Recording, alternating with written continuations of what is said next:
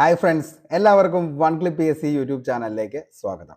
LDC 2024 വേണ്ടി തീവ്രമായിട്ട് തയ്യാറെടുത്തുകൊണ്ടൊരു ഉദ്യോഗാർത്ഥിയാണെങ്കിൽ ഇനി നിങ്ങൾക്ക് വേണ്ടത് നല്ലൊരു റിവിഷൻ പ്ലാനുമാണ്. അപ്പോൾ അതിനെക്കുറിച്ചാണ് നമ്മൾ ഇന്ന് പറയാനായിട്ട് പോകുന്നത്. LDC 2024 റാപ്പിഡ് റിവിഷൻ എന്ന് പറയുന്ന ഈ ഒരു സ്റ്റഡി പ്ലാനിലൂടെ നിങ്ങൾക്കൊരു ടൈം ടേബിളും ഞാൻ നിങ്ങൾക്ക് വേണ്ടി തരുന്നതായിരിക്കും. അപ്പോൾ ഇതിൻ്റെ അകത്ത് നിങ്ങൾക്ക് എന്തൊക്കെയാണോ പഠിക്കേണ്ടത്, നമുക്കറിയാം LDC 2024 ട്രിവാൻഡ്രം കഴിഞ്ഞ് കഴിഞ്ഞപ്പോൾ നമ്മുടെ ഹോട്ട് ടോപ്പിക്സിൽ നിന്ന് ഏകദേശം 65ഓളം ചോദ്യങ്ങളാണ് വന്നിരുന്നത്. അപ്പോൾ ആ ഒരു നമ്മുടെ LDC 2024 ട്രിവാൻഡ്രം ജില്ലയിലെ വെച്ച് നോക്കി കഴിയുമ്പോൾ അതിൻ്റെ അകത്ത് വന്നിരിക്കുന്ന ചോദ്യങ്ങളും അതേപോലെ തന്നെ നമ്മുടെ 75 ഹോട്ട് ടോപ്പിക്സും എല്ലാം കൂടി ഇൻക്ലൂഡ് ചെയ്തുകൊണ്ടുള്ള പക്ക റിവിഷൻ ഒരു പ്ലാനാണ് നിങ്ങൾക്ക് വേണ്ടി തരുന്നത്.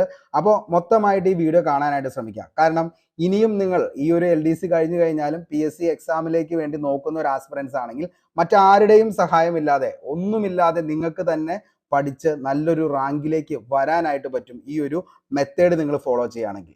കാരണം നിങ്ങൾക്കൊരു റാങ്കിലേക്ക് വന്ന് ഒരു ജോലി കിട്ടട്ടെ എന്നുള്ള ആത്മാർത്ഥമായിട്ടുള്ള ആഗ്രഹം കൊണ്ട് ചെയ്യുന്ന ഒരു വീഡിയോ ആണ്. അതുകൊണ്ട് തന്നെ മൊത്തമായിട്ട് കാണുക. നിങ്ങളുടെ അഭിപ്രായം അതെന്ത് തന്നെയാണെങ്കിലും താഴെ കമന്റ് ബോക്സിൽ രേഖപ്പെടുത്തുക.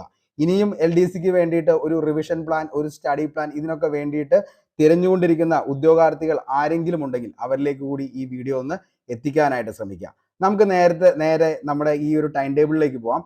ഡേ 1 നമുക്ക് സ്റ്റാർട്ട് ചെയ്യാം. ഡേ 1 നിങ്ങൾക്ക് വരുന്നത് കേരളം, യൂറോപ്യന്മാരുടെ വരവ്, യൂറോപ്യന്മാരുടെ സംഭാവന, മാർത്താണ്ഡവർമ്മ മുതൽ ശ്രീ ചിത്ര തിരുനാൾ വരെ തിരുവിതാംകൂറിന്റെ ചരിത്രം. മക്കളെ, ഇങ്ങനെ ഒരു ടോപ്പിക് വന്നു കഴിയുമ്പോൾ നമുക്കറിയാം ഭയങ്കര വൈഡ് ആയിട്ടുള്ള ഒരു ടോപ്പിക്കാണ്. അപ്പോൾ ഓരോ ടോപ്പിക്കിൽ നിന്നും ഏതൊക്കെ ചോദ്യങ്ങളാണ് വരുന്നുള്ളത് എന്നുള്ള വ്യക്തമായ ധാരണയോടുകൂടി പോയെങ്കിൽ മാത്രമാണ് നമുക്ക് നല്ലൊരു റാങ്കിലേക്ക് വരാനായിട്ട് പറ്റത്തുള്ളൂ. പല ഉദ്യോഗാർത്ഥികളും വായിച്ച് നമ്മളെല്ലാം സെറ്റ് ആയിരിക്കും. ഇപ്പോൾ പോർച്ചുഗീസുകാര്, ബ്രിട്ടീഷുകാര്, ഫ്രഞ്ചുകാര്, അങ്ങനെ എല്ലാം നമ്മൾ വളരെ വ്യക്തമായി പഠിച്ചിട്ടുണ്ടാവും. അതേപോലെ തന്നെ ഇതെല്ലാം വായിച്ചു പോയിട്ടുണ്ടാവും. പക്ഷെ അതിൽ നിന്നും ഒരു ചോദ്യം വരുമ്പോഴാണ് നമുക്ക് കൺഫ്യൂഷൻ ഉണ്ടാക്കുന്നത്. അതിന് വേണ്ടിയിട്ടാണ് റാപ്പിഡ് റിവിഷൻ എന്ന് പറയുന്ന ഈ ഒരു സീരീസിൽ നിങ്ങൾക്ക് ചോദ്യങ്ങളാണ് ഞാൻ ഏറ്റവും കൂടുതൽ തരാനായിട്ട് ഉദ്ദേശിക്കുന്നത്. ഓരോ ടോപ്പിക്കിൽ നിന്നും PSC എക്സാമുകളിൽ ചോദിച്ച 2021 മുതൽ 2024 വരെ ചോദിച്ച ചോദ്യങ്ങളാണ് ഞാൻ നിങ്ങൾക്ക് തരുന്നുകൊണ്ടിരിക്കുന്നത്. ഈ ചോദ്യങ്ങളിലൂടെയാണ് നിങ്ങൾ ഓരോ ടോപ്പിക്കും ക്രിസ്റ്റൽ ക്ലാരിറ്റിയോടുകൂടി പഠിച്ചു പോകുന്നത്. അതാണ് റാപ്പിഡ് റിവിഷന്റെ ഏറ്റവും വലിയ പ്രത്യേകത എന്ന് പറയുന്നത്. ഓക്കെ, അതായത് ഒരിക്കലും നിങ്ങൾ ടോപ്പിക് വൈസ് അല്ല പഠിക്കുന്നത്, നിങ്ങൾ ചോദ്യങ്ങളിലൂടെ ടോപ്പിക്കുകളാണ് കവർ ചെയ്യുകയാണ് നമ്മുടെ ഈ ഒരു റിവിഷൻ സ്ട്രാറ്റജിയിലൂടെ ചെയ്യുന്നത്. അപ്പോൾ ഇതിൻ്റെ അകത്ത് നമ്മൾ മെയിനായിട്ട് എങ്ങനെയാണെന്നുള്ളത് ഞാൻ നിങ്ങൾക്ക് പറഞ്ഞുതരാം. അടുത്തത് സാമൂഹ്യ മത നവോത്ഥാന പ്രസ്ഥാനങ്ങൾ, കേരളത്തിലെ ദേശീയ പ്രസ്ഥാനങ്ങൾ. ഇതിൻ്റെയൊക്കെ അകത്ത് ഏറ്റവും ഇമ്പോർട്ടൻ്റ് ആയിട്ടുള്ള വർഷങ്ങൾ നമുക്കുണ്ട്, പ്രധാനപ്പെട്ട സംഭവങ്ങളുണ്ട്. ഇതാണ് നമുക്ക് ശരിക്കും എന്ത് ചെയ്യേണ്ടത്, ഈ ഒരു എക്സാമിന് വേണ്ടിയിട്ട് പഠിക്കാനായിട്ടുള്ളത്. അല്ലാതെ നമ്മൾ കാട് കയറി കുറേ കാര്യങ്ങൾ പഠിച്ച് വൻ നോളജ് ഒക്കെ ഉണ്ടാക്കിയതിന് ശേഷം നമുക്ക് എന്ത് ചെയ്യാൻ പറ്റത്തില്ല, ഈ പറയുന്ന ഒരു ക്വസ്റ്റ്യനിലേക്ക് എത്തിക്കഴിയുമ്പോൾ നമുക്ക് കൺഫ്യൂഷൻ ഉണ്ടാക്കും. ഇപ്പൊ തന്നെ ഈ പറയുന്ന സ്റ്റേറ്റ്മെന്റ് ലെവലുള്ള ചോദ്യങ്ങൾ അത് വരുമ്പോൾ നമുക്ക് അത്രയും കൺഫ്യൂഷൻ ഉണ്ടാക്കുന്നത് എന്തുകൊണ്ടാണ്? നമ്മൾ വ്യക്തമായിട്ട് പഠിച്ചിട്ടില്ല, അതിനെക്കുറിച്ച് വ്യക്തമായിട്ട് ഒരു ധാരണയില്ല, റിവിഷൻ നടന്നിട്ടില്ല. കുറേ കാര്യങ്ങൾ പഠിച്ചു എന്നതിൽ ഒരു കാര്യവുമില്ല, പഠിച്ച കാര്യങ്ങൾ എന്തൊക്കെ നമുക്ക് ഓർത്തെടുക്കാൻ പറ്റുന്നുണ്ട് എന്നുള്ളതിലാണ് ഏറ്റവും വലിയ കാര്യം എന്ന് പറയുന്നത്. ഓക്കെ, അടുത്ത കേരള ചരിത്രത്തിലെ സാഹിത്യ സ്രോതസ്സുകൾ, ഐക്യ കേരള പ്രസ്ഥാനം, 1956 ശേഷമുള്ള കേരളത്തിലെ സാമൂഹ്യ രാഷ്ട്രീയ ചരിത്രം. ഓക്കെ, അടുത്തത് നമുക്ക് എന്തായാലും ഈ പറയുന്ന കോർ സബ്ജക്റ്റ് ഇംഗ്ലീഷ്, മാത്സ് നമുക്ക് ഒരിക്കലും ഒഴിച്ചുകൂടാൻ പറ്റത്തില്ല. LDC ട്രിവാൻഡ്രം നമ്മൾ എടുത്തു നോക്കുകയാണെങ്കിൽ ശരിക്കും പറഞ്ഞു കഴിഞ്ഞാൽ ബേസ് ആയിട്ടുള്ള കുറേ കാര്യങ്ങളാണ് ചോദിച്ചത്. അതിൻ്റെ അകത്ത് ഉദ്യോഗാർത്ഥികളെ ഏറ്റവും കൂടുതൽ ഒരു ആശ്വാസകരം എന്ന് പറയുന്നത് കോർ സബ്ജക്റ്റ് ആയിട്ടുള്ള ഇംഗ്ലീഷും മലയാളവും മാത്സും ആയിരുന്നു. അതിലൂടെ വന്ന് GK വന്ന ഒരു ഉദ്യോഗാർത്ഥിക്ക് ഏകദേശം ഒരു 65 മാർക്കിന് മുകളിലേക്ക് എത്താനായിട്ട് സാധിച്ചിട്ടുണ്ട്. ഓക്കെ, അപ്പോൾ അതുകൊണ്ട് നമ്മൾ ഫസ്റ്റ് ദിവസം തന്നെ ഡേ 1 നമ്മൾ പഠിക്കേണ്ട കോർ സബ്ജക്റ്റിലെ ടോപ്പിക് എന്ന് പറയുന്നത് സംഖ്യകളും അടിസ്ഥാന ക്രിയകളും ഭിന്നസംഖ്യകളും ദശാംശ സംഖ്യകളുമാണ് നമുക്ക് പഠിക്കാനുള്ളത്. ഓക്കെ, അതേപോലെ തന്നെ ഇംഗ്ലീഷിൽ നമുക്ക് പഠിക്കാനുള്ള type of sentence and interchange of sentence, difference parts of speech. ഇത്രയും കാര്യങ്ങളാണ് ഡേ 1 നമുക്ക് എന്ത് ചെയ്യുന്നത്, പഠിക്കാനായിട്ട് വരുന്നത്. ഓക്കെ, അപ്പോൾ ഇത്രയും കാര്യങ്ങൾ നിങ്ങൾ എന്ത് ചെയ്യണം, ഡേ 1 എന്നുള്ള രീതിയിൽ നിങ്ങൾ സെറ്റ് ചെയ്യണം. ഓൾറെഡി നിങ്ങളെല്ലാം ഈ പറയുന്ന കാര്യങ്ങളെല്ലാം നമ്മളെല്ലാം പഠിച്ചു പോയതാണ്. ഇന്ന് ഈ ഒരു സിറ്റുവേഷനിൽ നമ്മൾ എത്തി നിൽക്കുമ്പോൾ LDCക്ക് വേണ്ടി തയ്യാറെടുത്ത ഉദ്യോഗാർത്ഥിയാണെങ്കിൽ ഇത്രയും ടോപ്പിക്സ് സിലബസ് അനുസരിച്ച് നമ്മൾ എന്ത് ചെയ്തിട്ടുണ്ട്, കംപ്ലീറ്റ് ചെയ്തൊരു ഉദ്യോഗാർത്ഥിയായിരിക്കും. ഇനി ചെയ്യേണ്ടത് എന്താണെന്ന് ചോദിച്ചാൽ ഇതിൽ നിന്നും വരുന്ന ചോദ്യങ്ങൾ ഏതൊക്കെയാണ് എന്നുള്ളത് നമ്മൾ എന്ത് ചെയ്യുക, തെരഞ്ഞെടുത്ത് ആ ചോദ്യങ്ങളുടെ ഉത്തരങ്ങളിലേക്ക് എത്താനായിട്ട് ശ്രമിക്കുക. ഇനി ചോദ്യങ്ങളാണ് കൂടുതൽ നമ്മൾ പരിചയപ്പെടേണ്ടത്, അല്ലാതെ ഉത്തരങ്ങൾ മാത്രം നോക്കിയല്ല പോകേണ്ടത്, ചോദ്യങ്ങൾ ഏതൊക്കെ രീതിയിൽ ചോദ്യങ്ങൾ ചോദിക്കാം, അല്ലെങ്കിൽ ഏതൊക്കെ രീതിയിലുള്ള ചോദ്യങ്ങളാണ് ഇപ്പോൾ എക്സാമിൽ വരുന്നത്, അതാണ് ഇനിയുള്ള ദിവസങ്ങളിൽ നമ്മൾ എന്ത് ചെയ്യേണ്ടത്, കണ്ടെത്തേണ്ടത്. ഓക്കെ, അടുത്ത് നമുക്ക് ഡേ 2ലേക്ക് പോവാം. ഇന്ത്യൻ രാഷ്ട്രീയ ചരിത്രം, ബ്രിട്ടീഷ് ആധിപത്യം, ഒന്നാം സ്വാതന്ത്ര്യ സമരം, അതേപോലെ ഇന്ത്യൻ നാഷണൽ കോൺഗ്രസിന്റെ രൂപീകരണം, സ്വദേശി പ്രസ്ഥാനം, സാമൂഹ്യ മതപരിഷ്കരണ പ്രസ്ഥാനങ്ങൾ, വർത്തമാന പത്രങ്ങൾ. ഓക്കെ, ഇതിൻ്റെ അകത്തും ഏറ്റവും കൂടുതലായിട്ട് വരുന്ന എന്താ, ഡേറ്റും അതേപോലെ തന്നെ ഇമ്പോർട്ടൻ്റ് ആയിട്ടുള്ള കുറച്ച് പേരുകളുമാണ് വരുന്നത്. അത് മാത്രം എന്ത് ചെയ്യുക, നമുക്ക് സോർട്ട് ചെയ്തിട്ട് അതിൽ നിന്ന് നമുക്ക് എന്ത് ചെയ്യാം, ചോദ്യങ്ങളിലേക്ക് പോകാം, ആ ചോദ്യങ്ങളുടെ ഉത്തരങ്ങളിലേക്ക് എത്താനായിട്ട് പറ്റും. ഫോർ എക്സാമ്പിൾ, ഇപ്പോൾ ഇന്ത്യൻ രാഷ്ട്രീയ ചരിത്രം, ബ്രിട്ടീഷ് ആധിപത്യം, ഒന്നാം സ്വാതന്ത്ര്യ സമരം.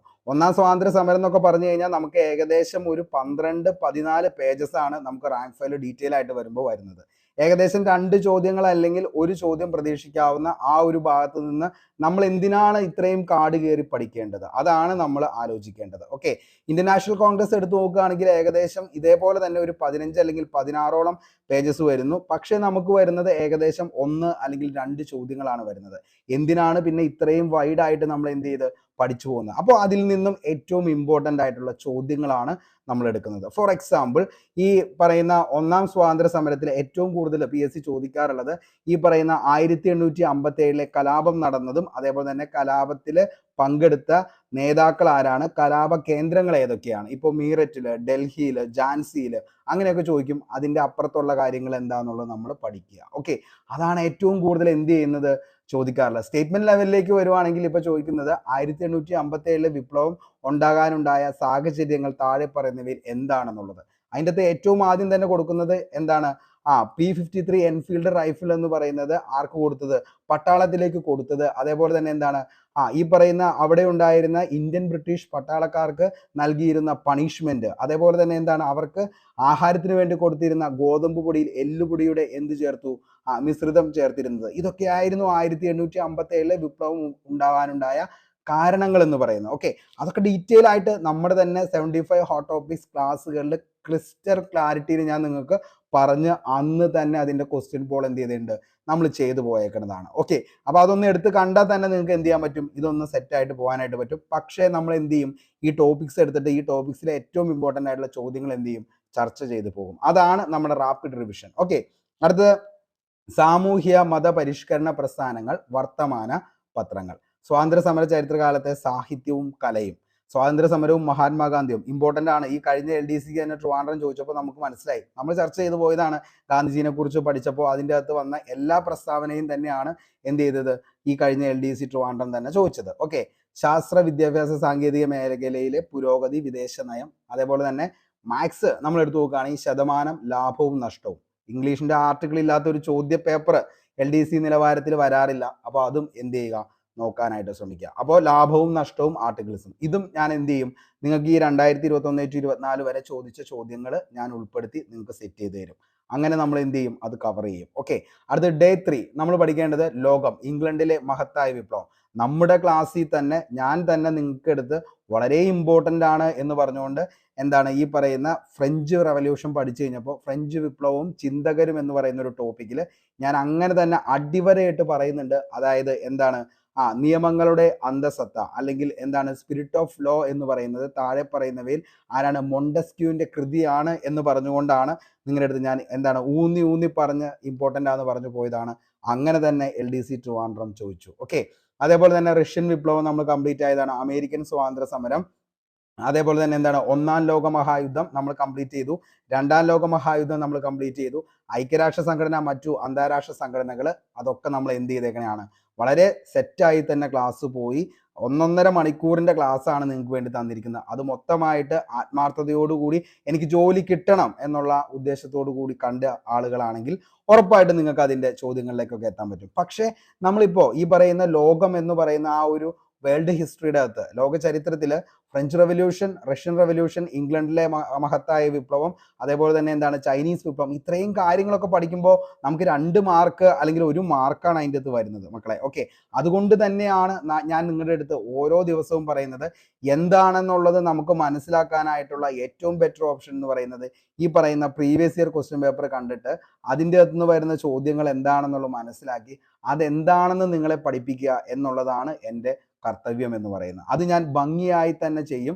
അതിൽ ഒരു വിട്ടുവീഴ്ചയുമില്ല. 100% ഗ്യാരണ്ടി ആയിട്ട് നമ്മൾ ഈ പറയുന്ന ടോപ്പിക്സിലെ ഏറ്റവും ഇമ്പോർട്ടൻ്റ് ആയിട്ടുള്ള ചോദ്യങ്ങൾ ഡിസ്കസ് ചെയ്ത് പോകും. ഓക്കെ, ഇനി അടുത്തത് അംശബന്ധവും അനുപാതവുമാണ് മാത്സിൽ വരുന്നത്. Auxiliary verb and question tag very very important ആണ്. ഒരു ചോദ്യം അല്ലെങ്കിൽ 2 ചോദ്യം ഓക്സിലറി വെർബിൽ നിന്നും അതേപോലെ തന്നെ എന്താണ് ക്വസ്റ്റ്യൻ ടാഗിൽ നിന്നും കൂടി 2 ചോദ്യം നമുക്ക് പ്രതീക്ഷിക്കാം. അംശബന്ധവും അനുപാതവും ഉറപ്പായിട്ടും PSC എന്ത് ചെയ്യേണ്ടത് ഈ പറയുന്ന ചെയ്യാറുണ്ട്. അപ്പോൾ ഞാൻ എന്ത് ചെയ്യാം, ഈ പറയുന്ന ടോപ്പിക്സിൻ്റെ അകത്തുനിന്ന് ഏകദേശം ഒരു 10-15ഓളം ചോദ്യങ്ങളായിരിക്കും നിങ്ങൾക്ക് ഓരോ ദിവസവും നമ്മുടെ ടെലഗ്രാം ചാനലിലേക്ക് തരുന്നത്. കാരണം നമുക്ക് അതിനൊരു ഓപ്ഷൻ ഇല്ല നിലവിൽ. എന്ത് ഈ പറയുന്ന മാത്സ് എനിക്ക് വർക്കൗട്ട് ചെയ്യാനായിട്ടുള്ളൊരു സാഹചര്യം ഇല്ലാത്തതുകൊണ്ടാണ് മാത്സ് ചെയ്യാത്തത്. പിന്നെ ഞാൻ ചെയ്യുന്നതെല്ലാം സിമ്പിൾ ഷോർട്ട് കട്ടിൽ തന്നെയാണ് ചെയ്യുന്നത്. അപ്പോൾ ചിലവർക്കൊക്കെ കൺസെപ്റ്റ് ബേസ്ഡ് എന്താണ് അതെന്ന് മനസ്സിലാക്കിയൊക്കെ പഠിക്കേണ്ട ആളുകളുണ്ടാവും. അപ്പോൾ നിങ്ങൾ അത് നിങ്ങളുടേതായിട്ടുള്ള ലെവലിൽ തന്നെ എന്ത് ചെയ്യുക, ചെയ്യാനായിട്ട് ശ്രമിക്കുക. ഓക്കെ, ഡേ 4 നമുക്ക് പഠിക്കാനുള്ളത് ഭൂമിശാസ്ത്രത്തിന്റെ അടിസ്ഥാന തത്വങ്ങൾ, അതേപോലെ തന്നെ ഭൂമിയുടെ ഘടന, അന്തരീക്ഷം, പാറകള്, ഭൗമോപരിതലം, അന്തരീക്ഷമർദ്ദം, കാറ്റും താപനിലയും, ഋതുക്കളും, ആഗോള പ്രശ്നങ്ങൾ, ആഗോള വിവിധ തരം മലിനീകരണങ്ങൾ, അതേപോലെ തന്നെ മാപ്പ്, ടോപ്പോഗ്രാഫിക് മാപ്പുകൾ, അടയാളങ്ങൾ, ഭൂമിശാസ്ത്രപരമായ വിവര സംവിധാനം, മഹാസമുദ്രങ്ങൾ, സമുദ്രചലനങ്ങൾ, ഭൂഖണ്ഡങ്ങൾ, ലോകരാഷ്ട്രങ്ങളും അവയുടെ സവിശേഷതകളും. ഇനി നമുക്ക് നേരെ മാത്സിലേക്ക് പോവുകയാണെങ്കിൽ സമയവും ദൂരവും, സമയവും പ്രവൃത്തിയും, നമ്മുടെ ഇംഗ്ലീഷിലെ ഇൻഫിനിറ്റീവ് ആൻഡ് ജെറൻഡ്, ഈ 2 കാര്യങ്ങളുമാണ് പഠിക്കാനുള്ളത്. അതും എന്ത് ചെയ്യുക, പഠിക്കാനായിട്ട് ശ്രമിക്കുക. ഓക്കെ, അപ്പോൾ ഈ കഴിഞ്ഞ എക്സാമുകളിലൊക്കെ നമ്മൾ നോക്കിക്കഴിഞ്ഞാൽ മനസ്സിലാവും സമുദ്രജലങ്ങൾ, മഹാസമുദ്രങ്ങൾ, അതേപോലെ തന്നെ എന്താണ് ഓരോ ഇന്ത്യൻ മഹാസമുദ്രത്തിലെയും അതേപോലെ തന്നെ എന്താണ് ഓരോ സമുദ്രത്തിലെ സമുദ്രജല പ്രവാഹങ്ങളൊക്കെ വളരെയധികം ഇമ്പോർട്ടൻ്റ് ആണ്. അപ്പോൾ അത് മാത്രം എന്ത് ചെയ്യുക, കോൺസെൻട്രേറ്റ് ചെയ്യുക. ഒന്നുകൊണ്ടും പേടിക്കണ്ട, നമ്മളത് എന്ത് ചെയ്യും, സെറ്റ് ചെയ്ത് തരുന്നതായിരിക്കും. ഓക്കെ, അടുത്ത ഡേ 5 ഇന്ത്യ, ഭൂപ്രകൃതി, സംസ്ഥാനങ്ങൾ, അവയുടെ സവിശേഷതകൾ, ഉത്തരപർവ്വത മേഖല, നദികൾ, ഉത്തരമഹാസമുദ്രം, ഉപദ്വീപീയ പീഠഭൂമി, തീരദേശം. ഓക്കെ, കാലാവസ്ഥ, സ്വാഭാവിക സസ്യപ്രകൃതി, കൃഷി, ധാതുക്കളും വ്യവസായങ്ങളും, ഊർജ്ജ സ്രോതസ്സുകൾ, റോഡ്, ജല, റെയിൽവേ, വ്യോമ ഗതാഗത സംവിധാനങ്ങൾ. നമുക്ക് അന്ന് പഠിക്കേണ്ട മാത്സിലെ ടോപ്പിക് എന്ന് പറയുന്നത് ശരാശരി, കൃത്യംഗങ്ങൾ, അതേപോലെ തന്നെ ഇംഗ്ലീഷിലെ ടോപ്പിക്ക് നമുക്ക് പഠിക്കാനുള്ളത് ടെൻസ് ആണ്. ഓക്കെ, ടെൻസ് ഒക്കെ എന്ന് പറഞ്ഞാൽ വളരെ ഗംഭീരമായിട്ട് ഈ പറയുന്ന ഷോർട്ട് കട്ട് വഴി നമുക്ക് പഠിക്കാനായിട്ട് പറ്റും. കാരണം നമ്മൾ ഇംഗ്ലീഷിൻ്റെ ഒക്കെ ഒരു ക്ലാസ്സോ അല്ലെങ്കിൽ ഈ പറയുന്ന ക്ലാസ് കിട്ടുമ്പോൾ വളരെ കുറച്ച് ആളുകൾ മാത്രമാണ്, നമ്മൾ അത്രത്തോളം എഫേർട്ട് ഇട്ട് കുറേ കാര്യങ്ങളൊക്കെ സെറ്റ് ചെയ്തതിന് ശേഷം മാത്രമാണ് നമ്മൾ ചെയ്യുന്നത്. അപ്പോൾ നമ്മൾ അത്രയും ഡെഡിക്കേറ്റ് ആയിട്ട് നമ്മൾ ചെയ്യുമ്പോൾ അത് ജസ്റ്റ് ഒരു ലൈക്ക് ചെയ്യാൻ പോലും ആർക്കും ഭയങ്കര ഒരു ഇതാണ്. അപ്പോൾ അങ്ങനെയൊക്കെ വരുമ്പോൾ നമുക്ക് ഭയങ്കരധികം സങ്കടം വരും. കാരണം അത്രയും നമ്മൾ ഇത് ചെയ്ത് കഴിയുമ്പോൾ അത് നിങ്ങളും അതേപോലെ തന്നെ സീരിയസ്നെസ്സോടുകൂടി എടുത്തെങ്കിൽ മാത്രമാണ് നമുക്ക് വീണ്ടും ഇതേപോലെ ഓരോ കാര്യങ്ങൾ ചെയ്യാനായിട്ട് പറ്റത്തുള്ളൂ. പക്ഷേ ഹോട്ട് ടോപ്പിക്സിന് നിങ്ങൾ തന്ന സ്നേഹവും സപ്പോർട്ടും അതേപോലെ തന്നെ എല്ലാവരും ഗംഭീരമായിട്ട് തന്നെ അത് ചെയ്തിട്ടുണ്ട്. അതിൻ്റെ കറക്റ്റായിട്ട് ഫോളോ ചെയ്ത ഉദ്യോഗാർത്ഥികൾക്ക് അത്രത്തോളം അതിൽ നിന്നും ബെനിഫിറ്റ് ഉണ്ടായിട്ടുമുണ്ട്. അത് തന്നെയാണ് ഏറ്റവും വലിയ സന്തോഷം എന്ന് പറയുന്നത്. ഓക്കെ, ഇനി അടുത്ത് നമുക്ക് ഡേ 6ലേക്ക് പോവാം. കേരളം, ഭൂപ്രകൃതി, സവിശേഷതകൾ, നദികൾ, കാലാവസ്ഥ, സ്വാഭാവിക സസ്യ പ്രകൃതി, വന്യജീവി, കൃഷി, ഗവേഷണ സ്ഥാപനങ്ങളൊക്കെ ഇമ്പോർട്ടൻ്റ് ആണ്. ഒറ്റാനെ കണ്ടെത്തുക, ശ്രേണി, സംഖ്യാശ്രേണികൾ, കോഡിങ്, ഡീകോഡിങ്, ഇന്ത്യൻ സാമ്പത്തിക രംഗം, പഞ്ചവത്സര പദ്ധതി, പ്ലാനിംഗ് കമ്മീഷൻ, നീതി ആയോഗ്. നീതി ആയോഗൊക്കെ നമ്മൾ ഒത്തിരി തവണ ചർച്ച ചെയ്ത് പോയേക്കണേയാണ് കേട്ടോ. അതേപോലെ തന്നെ ഇതിൻ്റെ അകത്ത് നമുക്ക് മാത്സിൽ പഠിക്കാനുള്ളത് ഒറ്റാനെ കണ്ടെത്തുക, ശ്രേണി, സംഖ്യാശ്രേണി. അപ്പോൾ അതൊന്ന് എന്ത് ചെയ്യുക, ഒന്ന് നോക്കാനായിട്ട് ശ്രമിക്കുക. ഓക്കെ, ഇനി നമുക്ക് ഡേ 7ലേക്ക് പോവാം. ഡേ 7 നമുക്ക് പഠിക്കേണ്ടത് നവസാമ്പത്തിക പരിഷ്കാരങ്ങൾ, ധനകാര്യ സ്ഥാപനങ്ങൾ, ഹരിത വിപ്ലവം, ഭരണഘടനാ നിർമ്മാണ സമിതി, ആമുഖം, പൗരത്വം, മൗലികാവകാശം, നിർദ്ദേശക തത്വങ്ങൾ, മൗലിക കടമകൾ, ഗവൺമെന്റിന്റെ ഘടകങ്ങൾ, പ്രധാനപ്പെട്ട ഭരണഘടനാ ഭേദഗതി 42, 44, 52, 73, 74, 76, 91, പഞ്ചായത്ത് രാജ്. ഇത്രയും കാര്യങ്ങളാണ് ഇതിൻ്റെ അകത്ത് പഠിക്കാനുള്ളത്. ഭരണഘടനാ സ്ഥാപനങ്ങളും അവയുടെ ചുമതലകളും, union list, state list, concurrent list. അതേപോലെ ദിശാബോധം, ക്ലോക്കിലെ സമയം, കോണളവും ക്ലോക്കിലെ സമയവും പ്രതിബിംബവും. അവിടെ നമുക്ക് പ്രിപ്പോസിഷനും ഡിഗ്രീസ് ഓഫ് കമ്പാരിസണുമാണ് ഇംഗ്ലീഷിൽ നമുക്ക് പഠിക്കാനുള്ളത്. അതിൻ്റെ അകത്ത് പ്രീവിയസ് മാത്രം ജസ്റ്റ് നോക്കിയാൽ മതി. കാരണം ട്രിവാൻഡ്രം LDC നടന്നു കഴിഞ്ഞപ്പോൾ സ്റ്റോക്ക് GK എന്നുള്ളതിന് പകരമായിട്ട് ചോദിച്ചത് സ്റ്റോക്ക് കോർ സബ്ജക്റ്റ് ആണ്. ഓക്കെ, അപ്പോൾ കോർ സബ്ജക്റ്റ് ഇപ്പോൾ ചോദിക്കുന്നത് സ്റ്റോക്കാണ് ചോദിക്കുന്നത്. അപ്പോൾ അത് തന്നെ എന്ത് ചെയ്യുക, ഒന്ന് നോക്കാനായിട്ട് ശ്രമിക്കുക. അത് നിങ്ങളെ നല്ലൊരു റാങ്കിലേക്ക് എത്തിക്കും. ഓക്കെ, അത് നമുക്ക് എത്രത്തോളം സിമ്പിൾ ആക്കാൻ പറ്റുമോ അത്രത്തോളം സിമ്പിളാക്കി തന്നെ നിങ്ങൾക്ക് വേണ്ടിയിട്ട് അത് ഞാൻ തരാം. ഓക്കെ, ഡേ 8 കേരള സംസ്ഥാന സിവിൽ സർവീസ് ഭരണഘടനാ സ്ഥാപനങ്ങൾ. നമ്മൾ ക്ലാസ് പോയേക്കുന്നതാണ് ഇതിൻ്റെ എല്ലാം. കമ്മീഷനുകൾ, സാമൂഹിക സാമ്പത്തിക വാണിജ്യ ആസൂത്രണ അടിസ്ഥാന വിവരങ്ങൾ, ദുരന്ത നിവാരണ അതോറിറ്റി, തണ്ണീർത്തട സംരക്ഷണം, തൊഴിലും ജോലിയും, ദേശീയ ഗ്രാമീണ തൊഴിൽ പദ്ധതി, അതേപോലെ തന്നെ ഇത്രയും കാര്യങ്ങളാണ് ഡേ 8 നിങ്ങൾക്ക് പഠിക്കാനായിട്ടുള്ളത്.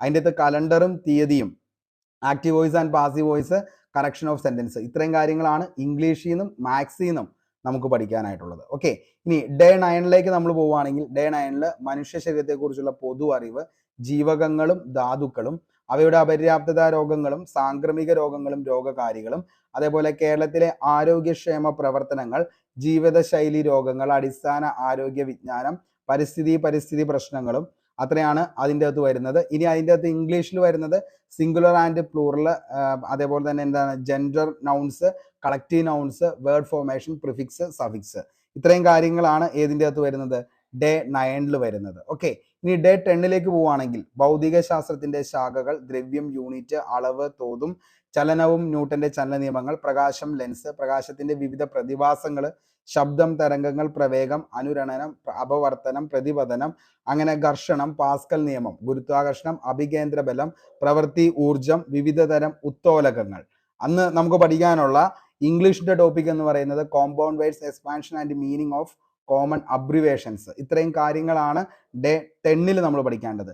ഇതെല്ലാം നമ്മൾ 2021 to 2024 ഏറ്റവും ലേറ്റസ്റ്റ് ആയിട്ട് നടന്ന നമ്മുടെ ട്രിവാൻഡ്രം LDC ഉൾപ്പെടെ നമ്മൾ എന്ത് ചെയ്യും, സെറ്റ് ചെയ്തുകൊണ്ടായിരിക്കും ഓരോ ക്ലാസ്സുകൾ നിങ്ങൾക്ക് അല്ലെങ്കിൽ ഓരോ കാര്യങ്ങൾ നിങ്ങൾക്ക് പറഞ്ഞു തരുന്നത്. ഓക്കെ, ഡേ 11 പോവുകയാണെങ്കിൽ ആറ്റം, തന്മാത്ര, ദ്രവ്യത്തിന്റെ വിവിധ അവസ്ഥകൾ, രൂപാന്തരണം, വാതക നിയമങ്ങൾ, അക്വാറീജിയ, മൂലകങ്ങൾ, ആവർത്തന പട്ടിക, ലോഹങ്ങളും അലോഹങ്ങളും, രാസഭൗതിക മാറ്റങ്ങൾ, രാസപ്രവർത്തനങ്ങൾ, ലായനികൾ, മിശ്രിതങ്ങൾ, സംയുക്തങ്ങൾ, ലോഹങ്ങൾ, pH മൂല്യം. വെരി വെരി ഇമ്പോർട്ടൻ്റ് ആണ്. അന്ന് നമുക്ക് പഠിക്കേണ്ട ഇംഗ്ലീഷിലെ ഫേഴ്സൽ വെബ് ഒത്തിരി ചോദിക്കാറുണ്ട്. Foreign words, one word substitution. ഇത് നിലവിൽ നമുക്ക് ചോദിച്ചുകൊണ്ടിരിക്കുന്ന പ്രീവിയസ് ഇയർ ക്വസ്റ്റ്യൻ പേപ്പറിൽ നിന്നും ചോദിക്കാം. അതേപോലെ തന്നെ എന്താണ് മോഡൽസ് ആയിട്ടുള്ള കുറച്ച് കാര്യങ്ങൾ കൂടി നമ്മൾ എന്ത് ചെയ്യാം, ഇതിനകത്ത് സെറ്റ് ചെയ്യാം. ഡേ 12 കേരളത്തിലെ പ്രധാന ദൃശ്യ ശ്രവ്യ കലകൾ, ഇവയുടെ ഉത്ഭവം, വ്യാപനം, അതേപോലെ തന്നെ പരിശീലനം എന്നിവ കൊണ്ട് പ്രശസ്തമായ സ്ഥലങ്ങൾ, പ്രശസ്തമായ സ്ഥാപനങ്ങൾ, കലാകാരന്മാർ, പ്രശസ്ത എഴുത്തുകാരന്മാർ, കായിക രംഗത്ത് വ്യക്തിമുദ്ര പതിപ്പിച്ച കേരളത്തിലും ഇന്ത്യയിലും ലോകത്തിലെയും പ്രധാന കായിക താരങ്ങൾ, അതേപോലെ തന്നെ ബഹുമതികൾ, പ്രധാന അവാർഡുകൾ, അവാർഡ് ജേതാക്കൾ, ഓരോ അവാർഡിലെ ഏത് മേഖലയുമായി ബന്ധപ്പെട്ട പ്രകടനത്തിനാണ് അവർക്ക് കിട്ടിയത് എന്നുള്ളതാണ് നമ്മൾ പഠിക്കേണ്ടത്. ഒളിമ്പിക്സിന്റെ അടിസ്ഥാന വിവരങ്ങൾ, അതേപോലെ തന്നെ പ്രധാന വേദി രാജ്യങ്ങൾ, ഇനി വരാൻ പോകുന്നത് എവിടെയാണ് എന്നുള്ളത് കൂടി എന്ത് ചെയ്യുക, ഈ പറയുന്ന ആ ഒരു ടോപ്പിക്സിൽ നമ്മൾ പഠിക്കാനായിട്ട് ശ്രമിക്കുക. ഏഷ്യൻ ഗെയിംസ്, കോമൺവെൽത്ത് ഗെയിംസ്, അതേപോലെ തന്നെ സാഫ് ഗെയിംസ്, രാജ്യങ്ങൾ, ഇന്ത്യയുടെ ശ്രദ്ധേയമായ പ്രകടനം, ഇതര വസ്തുതകളും, ദേശീയ ഗെയിംസിന്റെ ഇനങ്ങളും ഏതൊക്കെയാണെന്നുള്ളത് കൂടി എന്ത് ചെയ്യുക, ഒന്ന് നോക്കാനായിട്ട് ശ്രമിക്കുക. അന്ന് നമ്മൾ പഠിക്കേണ്ടത് സ്പെല്ലിംഗ് ടെസ്റ്റ് ആണ്. സ്പെല്ലിംഗ് ടെസ്റ്റിൽ ഏറ്റവും കൂടുതൽ ചോദിച്ചേക്കുന്നത് തന്നെയാണ് നമ്മൾ പറയത്തുള്ളൂ. അന്റോണിയംസ്, സിനോണിയംസ് ഓൾറെഡി നമ്മുടെ ടെലഗ്രാം ചാനലിൽ ഞാൻ വളരെ വ്യക്തമായിട്ട് ഇമേജ് ഫയലായിട്ട് തന്നെ നിങ്ങൾക്ക് ഫോർവേഡ് ചെയ്തേക്കണതാണ്. അതിൽ നിന്നാണ് ചോദ്യങ്ങൾ ഏറ്റവും കൂടുതൽ ചോദിക്കുന്നത്. ഇനി ഡേ 13 നമ്മൾ പോവുകയാണെങ്കിൽ മലയാളത്തിലെ പ്രധാന സാഹിത്യ പ്രസ്ഥാനങ്ങൾ, ആദ്യ കൃതി, കർത്താക്കള്, ഓരോ പ്രസ്ഥാനത്തിലെയും പ്രധാന കൃതികൾ, അവയുടെ കർത്താക്കള്, അതേപോലെ തന്നെ എന്താണ് തൂലികാ നാമങ്ങള്, അപരനാമങ്ങൾ, കഥാപാത്രങ്ങൾ, പ്രശസ്തമായ വരികൾ, മലയാള പത്രപ്രവർത്തനത്തിന്റെ ആരംഭം കുറിച്ച ആളുകൾ, എന്നൊക്കെയാണ് ആ ഒരു സംഭവങ്ങളാണ് അതിൻ്റെ അകത്ത് വരുന്നത്. ആനുകാലികമാണെങ്കിൽ പ്രധാനപ്പെട്ട അവാർഡ്, ബഹുമതികൾ, അവാർഡിന് അർഹമായ എഴുത്തുകാര്, കൃതികൾ, ജ്ഞാനപീഠം നേടിയ മലയാളി, അനുബന്ധ വസ്തുതകൾ, മലയാള സിനിമയുടെ ഉത്ഭവം, വളർച്ച, നാഴികക്കല്ലുകൾ, പ്രധാനപ്പെട്ട സംഭാവന നൽകിയവർ, മലയാള സിനിമയും ദേശീയ അവാർഡും, അങ്ങനെയുള്ള കാര്യങ്ങൾ മൊത്തമായിട്ട് എന്ത് ചെയ്യുക, അതിൻ്റെ അകത്ത് പഠിക്കുക. അതിന് വേണ്ടിയിട്ട് അതായത് നമുക്കറിയാം കറണ്ട് അഫയേഴ്സിൽ ഇത്രയും ക്ലാസ്സുകൾ, അതായത് ഓരോ ക്ലാസ്സും കണ്ടിന്യൂവേഷൻ ആയിട്ട് നിങ്ങൾക്ക് നോക്കിക്കഴിഞ്ഞാൽ മനസ്സിലാവും. അതായത് ട്രിവാൻഡ്രം മുതൽ കാസർഗോഡ് വരെയുള്ള 14 ജില്ലകൾ വളരെ സിസ്റ്റമാറ്റിക് ആയിട്ട് ഓരോ കാര്യങ്ങളും എന്താന്ന് പറഞ്ഞ് പഠിപ്പിച്ചാണ് ഞാൻ ഓരോ ക്ലാസ്സും കറണ്ട് അഫയേഴ്സിന് നിങ്ങൾക്ക് തന്നിരിക്കുന്നത്. ഓക്കെ, അതേപോലെ തന്നെ എന്താണ് പുരസ്കാരങ്ങളും ബാക്കി കാര്യങ്ങളുമായിട്ട് മറ്റു ക്ലാസ്സുകൾ നിങ്ങൾക്ക് തന്നിട്ടുണ്ട്. ഓരോ ക്ലാസ്സും കഴിയുമ്പോഴും ആ ക്ലാസ്സിന്റെ അതേപടിയുള്ള നോട്ടും നിങ്ങൾക്ക് വേണ്ടി തരാറുണ്ട്. കാരണം പഠിക്കുക, ഓരോ ക്ലാസ്സും കണ്ടതിന് ശേഷം നോട്ട് വായിച്ച് പഠിച്ചതിന് ശേഷം നേരെ എന്ത് ചെയ്യുക, നമ്മൾ വൈകുന്നേരം എല്ലാ ദിവസവും 9 മണിക്ക് ക്വസ്റ്റ്യൻ ബോളും അറ്റൻഡ് ചെയ്യുമ്പോൾ ആ ഒരു ഉദ്യോഗാർത്ഥിയെ സംബന്ധിച്ചിടത്തോളം ഇനി അവന് മറ്റൊന്നും ചിന്തിക്കാനില്ല. കാരണം അത്രത്തോളം ക്രിസ്റ്റൽ ക്ലാരിറ്റിയോടുകൂടിയാണ് ആ ഒരു ടോപ്പിക്ക് നിങ്ങൾ എന്ത് ചെയ്യുന്നത്, പഠിച്ചു പോകുന്നത്. അപ്പോൾ ആദ്യം നിങ്ങൾ ക്ലാസ് കാണുന്നു, ക്ലാസ് കണ്ടതിന് ശേഷം ക്ലാസ്സിന്റെ പക്ക ഡീറ്റെയിൽ ആയിട്ടുള്ള നോട്ട് വായിക്കുന്നു. അതിനുശേഷം നിങ്ങൾ എന്ത് ചെയ്യുന്നു, ഡീറ്റെയിൽ ആയിട്ട് നിങ്ങൾ അന്ന് തന്നെ പ്രീവിയസ് ഇയർ ക്വസ്റ്റ്യൻ പേപ്പറിന്റെ ക്വസ്റ്റ്യൻ ബോൾ വർക്കൗട്ട് ചെയ്യുന്നു. ഇതിനുശേഷം എന്നാണോ ഈ ഒരു വീക്കെൻഡ് വരുന്നത് അന്ന് ഈ പറയുന്ന എല്ലാ ടോപ്പിക്സിന്റെയും കൂടി ഏകദേശം 150ഓളം ചോദ്യങ്ങൾ ഉൾക്കൊള്ളിച്ചുകൊണ്ടുള്ള ക്വസ്റ്റ്യൻ ബോൾ കൂടി നമ്മൾ എന്ത് ചെയ്യാറുണ്ട്, ഓരോ സൺഡേസിലും നമ്മൾ ചെയ്യാറുണ്ട്. നിങ്ങൾ ജസ്റ്റ് ഒന്ന് നമ്മുടെ ടെലഗ്രാം ചാനലിൽ കയറി ആദ്യത്തെ ഡേ 1 എന്ന് പറയുന്ന യൂറോപ്യന്മാരുടെ വരവും സംഭാവനകളും എന്ന് പറയുന്ന ടോപ്പിക്ക് നിങ്ങളൊന്ന് നോക്കാൻ സ്ക്രോൾ ചെയ്യാനായിട്ട് പോയി കഴിഞ്ഞാൽ ഏകദേശം 20,000-ഓളം ചോദ്യങ്ങളുടെ മുകളിലായിരിക്കും ഈ പറയുന്ന ടോപ്പിക്ക് പോയി നിൽക്കുന്നത്.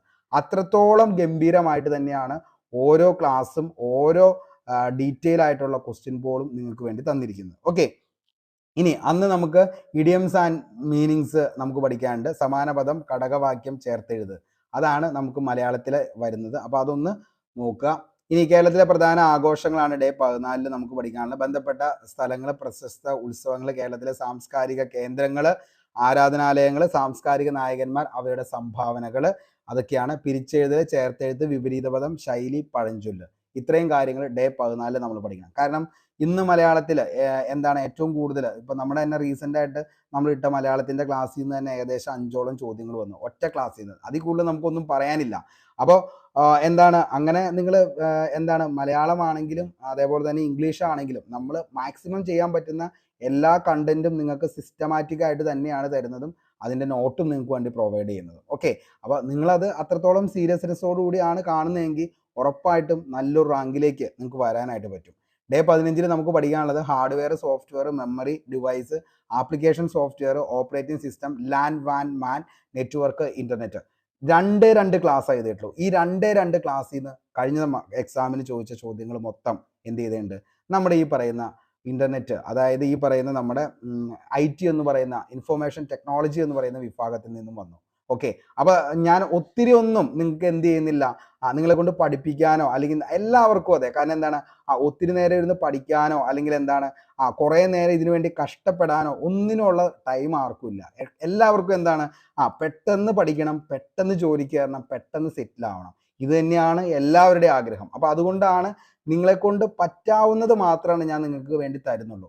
കണ്ടമാനം എന്താണ് കണ്ടന്റ് വൈസ് കുറേ ക്ലാസ്സുകൾ തന്ന് അങ്ങനെയൊന്നും നിങ്ങളെ ബോറടിപ്പിക്കുകയൊന്നുമില്ല. 1-2 ക്ലാസ് ഒക്കെയാണ് ഒരു സബ്ജക്റ്റിന് തരുന്നുള്ളൂ. അതെങ്കിലും നിങ്ങൾ എന്ത് ചെയ്യുക, മൊത്തമായിട്ട് ആത്മാർത്ഥതയോടുകൂടി നിങ്ങൾക്ക് ഈ പഠിച്ച് ജോലി കിട്ടി എൻ്റെ ലൈഫ് സെറ്റിൽ ആവണം എന്നുള്ള ആ ഒരു വാശിയോടുകൂടി തന്നെ കണ്ടു തീർക്കാനായിട്ട് ശ്രമിക്കുക. ഓക്കെ, ഇനി അതിൻ്റെ കൂടെ IT at 2000 social media discovery, അതായത് കണ്ടുപിടുത്തങ്ങളും അതേപോലെ തന്നെ ഓരോ കണ്ടുപിടുത്തത്തിൻ്റെയും പുറകിലുള്ള പിതാക്കന്മാർ ആരൊക്കെയാണെന്നുള്ളതും അതിൻ്റെ അകത്ത് പഠിക്കുക. പരിഭാഷയും അതിൻ്റെ കൂടെ പഠിക്കുക. ഓക്കെ, ഇനി ഡേ 16 നമ്മൾ പഠിക്കേണ്ടത് ഏതൊക്കെയാണെന്ന് ചോദിച്ചു കഴിഞ്ഞാൽ information act, national human right commission, state human right commission, national and Kerala SC/ST commission, national and state minority commission, the protection of women's after 2005, protection of children from sexual offence, POCSO act 2012. ഇത്രയും കാര്യങ്ങളാണ് day 16 നമുക്ക് പഠിക്കാനുള്ളത്. Okay,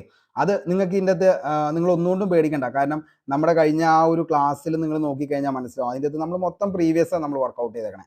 ഇതിൻ്റെ അകത്ത് നമ്മൾ ഭയങ്കരമായിട്ട് ഇരുന്ന് ഇതെല്ലാം പഠിച്ച് നമ്മുടെ തലയിലൊന്നും കയറ്റി വയ്ക്കാൻ ആരെ കൊണ്ടും പറ്റത്തില്ല. ഇനി ഇതൊക്കെ പഠിച്ച് വളരെ ക്രിസ്റ്റൽ ക്ലാരിറ്റിയോടുകൂടി നിങ്ങൾക്ക് ഇങ്ങനെ തന്നെ, അതായത് പറഞ്ഞ കാര്യങ്ങൾ അങ്ങനെ തന്നെ തിരിച്ചു പറയാനായിട്ട് പറ്റുന്ന ഒരു ലെവലിലേക്കൊക്കെ വന്നോന്ന് വെച്ചാൽ മക്കളെ, നമ്മളൊരു 6 വർഷം എടുത്താൽ പോലും ഈ പറയുന്ന ടോപ്പിക്ക് കംപ്ലീറ്റ് ആവത്തില്ല. അതായത് നിങ്ങൾ ഈ പറയുന്ന ലെവലിൽ ഇതിനെക്കുറിച്ച് വ്യക്തമായിട്ടൊരു ധാരണയോടുകൂടി പഠിച്ച് മനസ്സിലാക്കി ഇതെല്ലാം സെറ്റ് ചെയ്യണം എന്നൊക്കെ വിചാരിച്ചു കഴിഞ്ഞാൽ ഒരിക്കലും തീരുമാനമാവില്ല. എനിക്ക് നിങ്ങളുടെ അടുത്ത് പറയാനുള്ളത് എത്രയും പെട്ടെന്ന് പഠിച്ച് എന്ത് ചെയ്യുക, എത്രയും പെട്ടെന്ന് ജോലിക്ക് കയറുക, സംഭവം ക്ലോസ് ചെയ്യുക. ഓക്കെ, അപ്പൊ അതിന് വേണ്ടിയിട്ടാണ് ഈ പറയുന്നത്. ഓക്കെ, ഇനി നമ്മുടെ ഏറ്റവും വലിയ സ്പെഷ്യാലിറ്റി ഇനി എന്നാന്ന് വെച്ച് കഴിഞ്ഞാൽ ഇംഗ്ലീഷിന്റെ ഏറ്റവും കൂടുതൽ ഇമ്പോർട്ടൻ്റ് ആയിട്ടുള്ള ഒരു 100 ചോദ്യങ്ങൾ നിങ്ങൾക്ക് തരും. ഏറ്റവും ഇമ്പോർട്ടൻ്റ് ആയിട്ടുള്ള എന്താണോ പഠിക്കേണ്ടത്, ഇനി എങ്ങനെയൊക്കെയാണ് ഇംഗ്ലീഷിന്റെ ചോദ്യങ്ങൾ വരുന്നതെന്നുള്ള മോഡൽസ് ഉൾപ്പെടെ പ്രീവിയസ് ഇയർ ക്വസ്റ്റ്യൻ പേപ്പർ ഉൾപ്പെടെ ഉള്ള ഒരു 100 ചോദ്യങ്ങൾ നമ്മൾ എന്ത് ചെയ്യും, ഈ എക്സാമിന് മുന്നേ നിങ്ങൾക്ക് ഈ 100 ചോദ്യങ്ങൾ തരും. അടുത്ത് മാത്സിന്റെ ചോദ്യങ്ങൾ ഒരു 100 തരും, മലയാളത്തിന്റെ 100 ചോദ്യങ്ങൾ. അപ്പോൾ ഈ 100 ചോദ്യങ്ങൾ വെച്ച് 300 ചോദ്യങ്ങളാണ് നമ്മൾ ഇംഗ്ലീഷ്, മാത്സ്, മലയാളത്തിന് വേണ്ടിയിട്ട് തരുന്നത്. അത് നിങ്ങൾ എന്ത് ചെയ്യുക, 1, 2, 3 തവണ അത് വർക്കൗട്ട് ചെയ്യാനും അതേപോലെ തന്നെ എന്ത് ചെയ്യുക, ശ്രദ്ധിച്ചത് പഠിക്കാനും ശ്രമിക്കുക. ഓക്കെ, ഇനി അടുത്തത് അതിൻ്റെ കൂടെ തന്നെയാണ് നമ്മൾ ഈ ഓരോ ദിവസവും, നിങ്ങൾക്കറിയാം 16 ദിവസമാണ് നമ്മൾ ഇന്ന് കംപ്ലീറ്റ് ചെയ്തിരിക്കുന്നത്. ഈ ഒരു 16 ദിവസത്തെ നിങ്ങളൊന്ന് ജസ്റ്റ്, അതായത് ഇപ്പോൾ പഠിക്കുന്ന ഒരു ഉദ്യോഗാർത്ഥി ആണെങ്കിൽ അവന് എന്താണ്, നിങ്ങൾ ഇത്രയും ടോപ്പിക്സ് നിങ്ങൾ 16 ദിവസം കംപ്ലീറ്റ് ചെയ്ത് റിവിഷൻ ചെയ്ത് അതേപോലെ തന്നെ എന്താണ് നമ്മൾ ഈ ഡേ 1 കഴിഞ്ഞ് ഡേ 2 കഴിഞ്ഞ് ഡേ 3 എത്തി ഡേ 4 നമ്മൾ ഇവിടെ വെച്ചൊരു എന്ത് ചെയ്യും, ഒരു ക്വസ്റ്റ്യൻ പേപ്പർ നമ്മൾ വർക്കൗട്ട് ചെയ്യും. ഇത്രയും ദിവസങ്ങൾ പഠിച്ച കാര്യങ്ങൾ എല്ലാം എന്താണ് എന്ന് മനസ്സിലാക്കാൻ വേണ്ടി ഇവിടെ വെച്ച്, അതായത് 4ാമത്തെ ദിവസം എന്ത് ചെയ്യും, നമ്മൾ ഒരു ക്വസ്റ്റ്യൻ പേപ്പർ ചെയ്യും. അതിനുശേഷം നമ്മൾ എന്താണ് 8ാമത്തെ ദിവസം, ഓക്കെ, 8ാമത്തെ ദിവസം കഴിയുമ്പോൾ അന്നും നമ്മൾ എന്ത് ചെയ്യും, വീണ്ടും ഒരു ക്വസ്റ്റ്യൻ പേപ്പർ വർക്കൗട്ട് ചെയ്യാം. അപ്പൊ നിങ്ങൾക്ക് തന്നെ മനസ്സിലാക്കാനായിട്ട് പറ്റും മക്കളെ, നിങ്ങൾ എന്ത് റേഞ്ചിലാണ് നിൽക്കുന്നത്, ഞാൻ പഠിച്ചതൊക്കെ എനിക്ക് കിട്ടുന്നുണ്ടോ, അല്ലെങ്കിൽ ഞാൻ പഠിച്ചത് ശരിയായ ഒരു റൂട്ടിലൂടെയാണോ ഞാൻ പഠിച്ചു പോയത് എന്നുള്ളത് നിങ്ങളെ കൊണ്ട് തന്നെ മനസ്സിലാക്കിയതിന് ശേഷം മാത്രമാണ് ഓരോ ഡേയ്സും നമ്മൾ സ്റ്റാർട്ട് ചെയ്യുന്നത്. അതാണ് ഈ റാപ്പിഡ് റിവിഷന്റെ ഏറ്റവും വലിയ പ്രത്യേകത എന്ന് പറയുന്നത്. കാരണം നിങ്ങളിപ്പോൾ ഏതൊരു ഇൻസ്റ്റിറ്റ്യൂട്ടിലും ഏതൊരു ക്ലാസ്സിലും എന്തിലും നിങ്ങൾ പഠിച്ചുകൊണ്ടിരിക്കുന്ന ഉദ്യോഗാർത്ഥിയാണെങ്കിൽ നിങ്ങളുടെ റേഞ്ച് എന്താണെന്നുള്ളത് നിങ്ങൾ ഇപ്പോൾ ഒന്ന് ഒരു ക്വസ്റ്റ്യൻ പേപ്പർ എടുത്തിട്ട് ഒന്ന് ചെയ്ത് നോക്കിയിട്ട് നിങ്ങളുടെ ഡയറിയിലോ നിങ്ങൾ ഏറ്റവും കൂടുതൽ എടുക്കുന്ന റാങ്ക് ഫയലോ എന്തും ആയിക്കൊള്ളട്ടെ അതിൻ്റെ അകത്ത് നിങ്ങളുടെ റേഞ്ച് ഒന്ന് എഴുതി വെക്കാം. എന്നിട്ട് ഈ 4 ദിവസം കഴിയുമ്പോൾ ഈ ടോപ്പിക്ക് നിങ്ങൾ പഠിക്കുക, 8 ദിവസം കഴിയുമ്പോൾ ഈ ടോപ്പിക്ക് പഠിക്കുന്നു. അതേപോലെ തന്നെ എന്താണ് 12ാമത്തെ ദിവസം നിങ്ങൾ വീണ്ടും എന്ത് ചെയ്യുന്നു, ഈ ടോപ്പിക്ക് നിങ്ങൾ പഠിക്കുന്നു. അന്നും നിങ്ങൾക്ക് ഒരു എക്സാം ഉണ്ട്.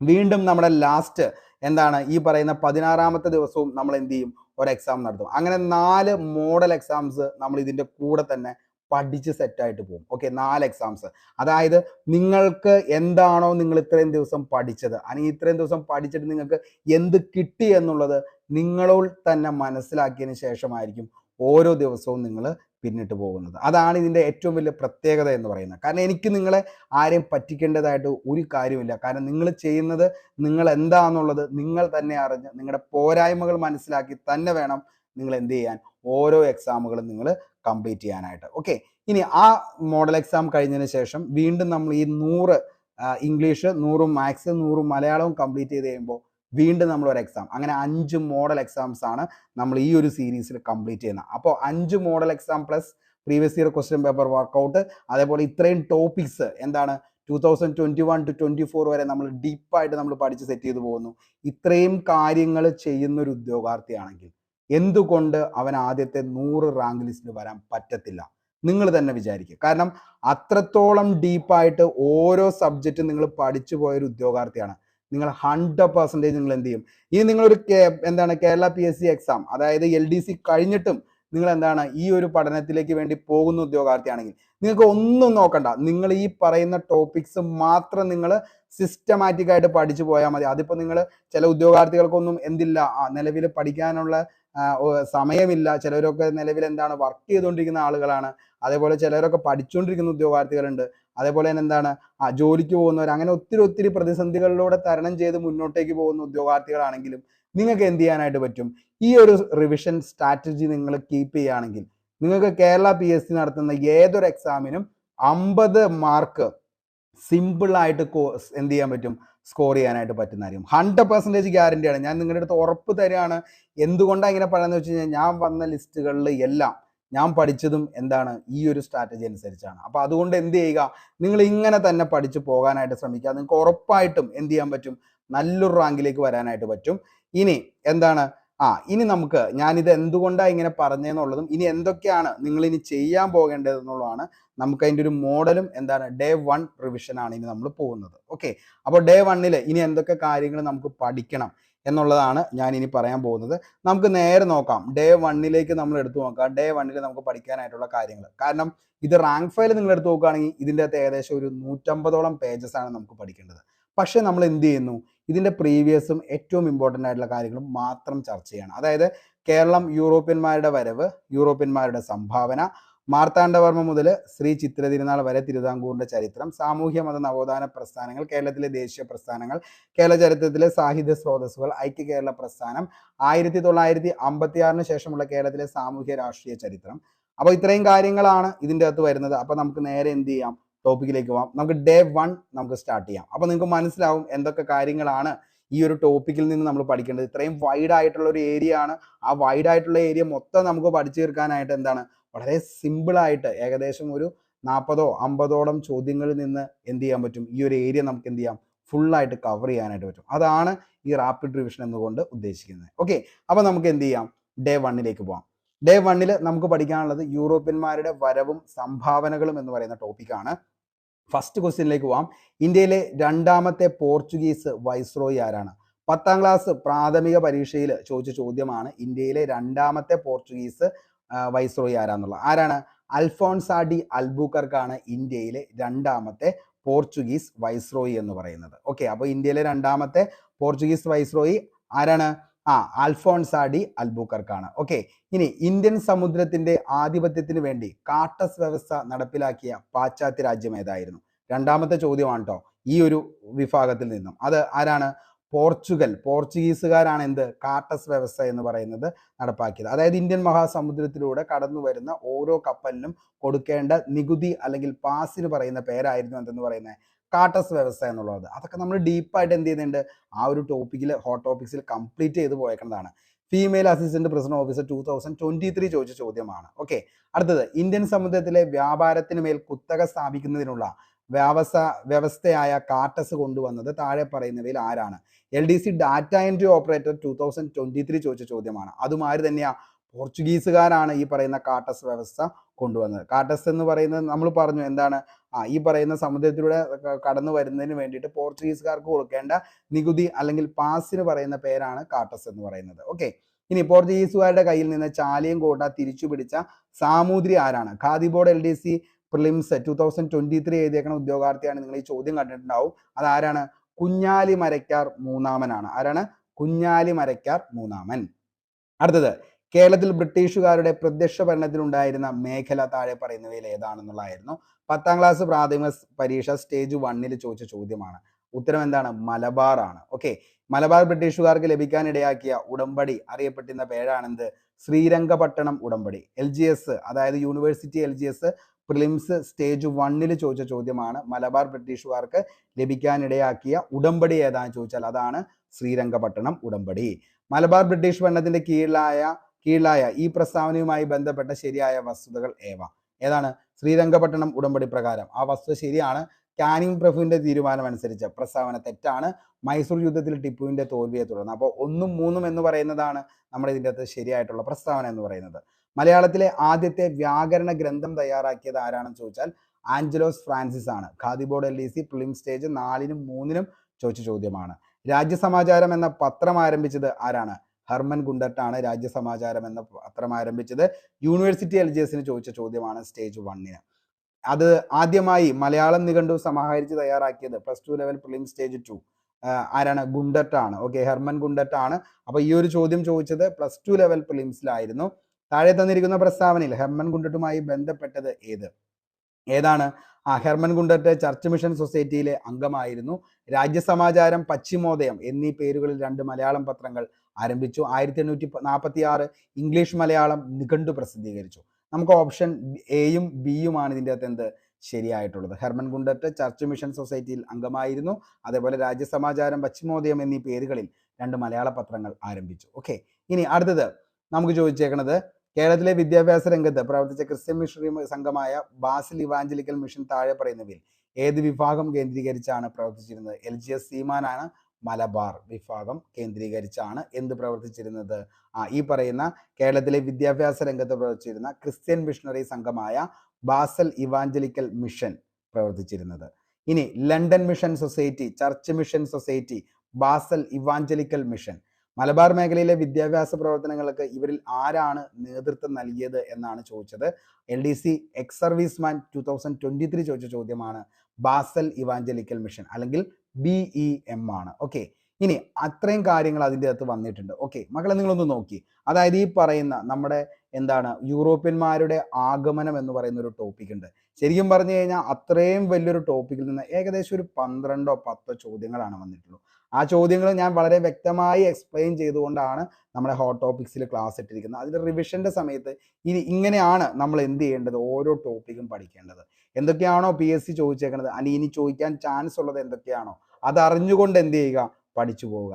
കാർഡ് കയറി പഠിച്ച് അല്ലെങ്കിൽ മൊത്തമായി പുസ്തകം മൊത്തം വായിച്ചു തീർക്കുന്ന ആ ഒരു വേ ഓഫ് സ്റ്റഡി നമ്മുടെ മാറ്റേണ്ട സമയം അതിക്രമിച്ചു. എന്താണോ PSCക്ക് വേണ്ടത്, എന്താണോ എക്സാമിന് ചോദിക്കുന്നത്, അത് മാത്രം ചോദിച്ച് എന്ത് ചെയ്യുക, സംഭവം ക്ലിയർ ചെയ്ത് പോവുക, റിവിഷൻ ചെയ്യുക. ഇത് മാത്രമാണ് ഏക പോം വഴി എന്ന് പറയുന്നത്. ഇംഗ്ലീഷ് ഈസ്റ്റ് ഇന്ത്യ കമ്പനി വേണാടിൽ അടുത്ത് അഞ്ചുതെങ്ങ് കലാപം. അഞ്ചുതെങ്ങ് കോട്ട സ്ഥിതി ചെയ്യുന്നത് എവിടെയാണ്? 10ാം ക്ലാസ് പ്രാഥമിക പരീക്ഷയ്ക്ക് ചോദിച്ചാണ്. തിരുവനന്തപുരം.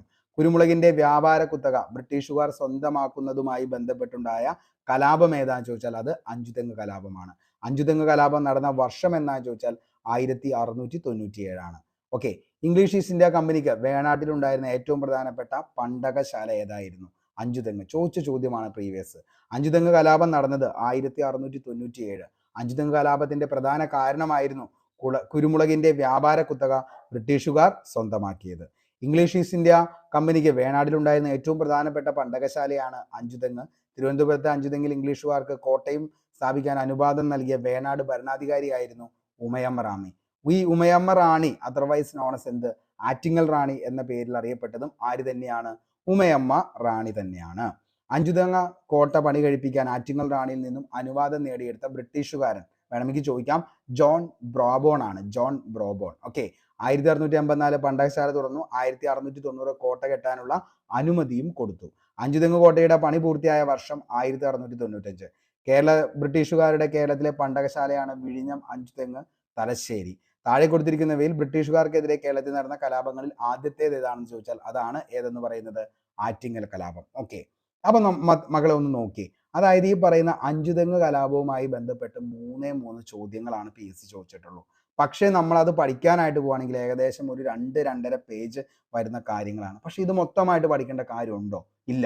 അപ്പൊ എന്താണ് വേണ്ടതെന്നുള്ളത് മാത്രം എന്ത് ചെയ്യുക? മനസ്സിലാക്കുക, അത് പഠിക്കുക, റിവിഷൻ ചെയ്യുക. അതാണ് ഏക പോംവഴി എന്ന് പറയുന്നത് നല്ലൊരു റാങ്കിലേക്ക് എത്താൻ. ഓക്കെ. അടുത്ത് നമുക്ക് നോക്കാം. ആറ്റിങ്ങൽ കലാപം ബ്രിട്ടീഷ് ആധിപത്യത്തിനെതിരെ കേരളത്തിൽ നടന്ന ആദ്യത്തെ സംഘടിത കലാപമാണ് ഏതെന്ന് പറയുന്നത്? ആറ്റിങ്ങൽ കലാപം. ആറ്റിങ്ങൽ കലാപവുമായി ബന്ധപ്പെട്ട് യോജിക്കാത്ത പ്രസ്താവന ഏതാണ്? ഇന്ത്യൻ പോലീസ് ബറ്റാലിയൻ, അതായത് റിസർവ് ബറ്റാലിയൻ IRB 2021 ചോദിച്ചാണ്. അതിൻ്റെ അകത്ത് കേരളത്തിലെ ആദ്യ സംഘടിത കലാപം 1721. കലാപകാരികൾ ഏഞ്ചലോ കോട്ട പിടിച്ചെടുത്തു. മാർത്താണ്ഡവർമ്മ നേതൃത്വം നൽകി.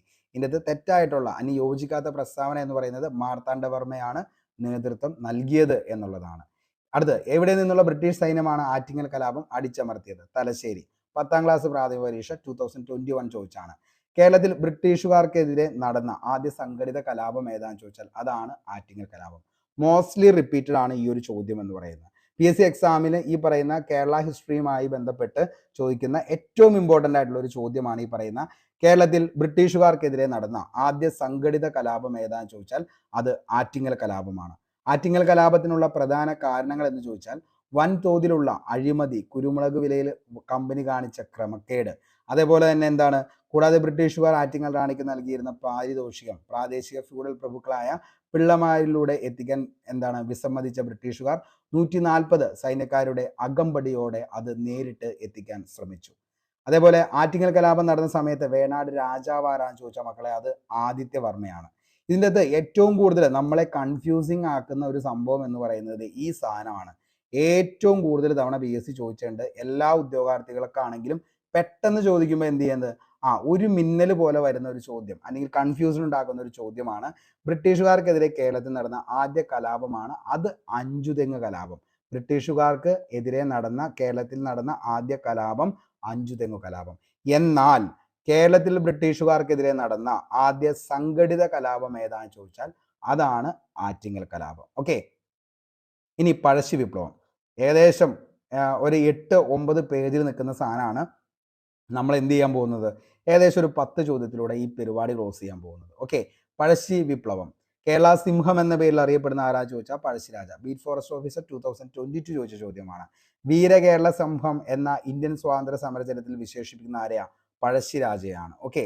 പഴശ്ശിരാജയുമായി ബന്ധപ്പെട്ട പ്രസ്താവന ഏതാണ്? മലബാർ പ്രദേശത്ത് ശക്തമായ പ്രക്ഷോഭം സംഘടിപ്പിച്ചു. ബ്രിട്ടീഷുകാരുടെ നികുതിയെ അനുകൂലിച്ചു. ഒളിപ്പോർ പ്രഗത്ഭനായിരുന്നു. ബ്രിട്ടീഷ് അധികാരികളെ വെല്ലുവിളിച്ചു. ഏതാണ്?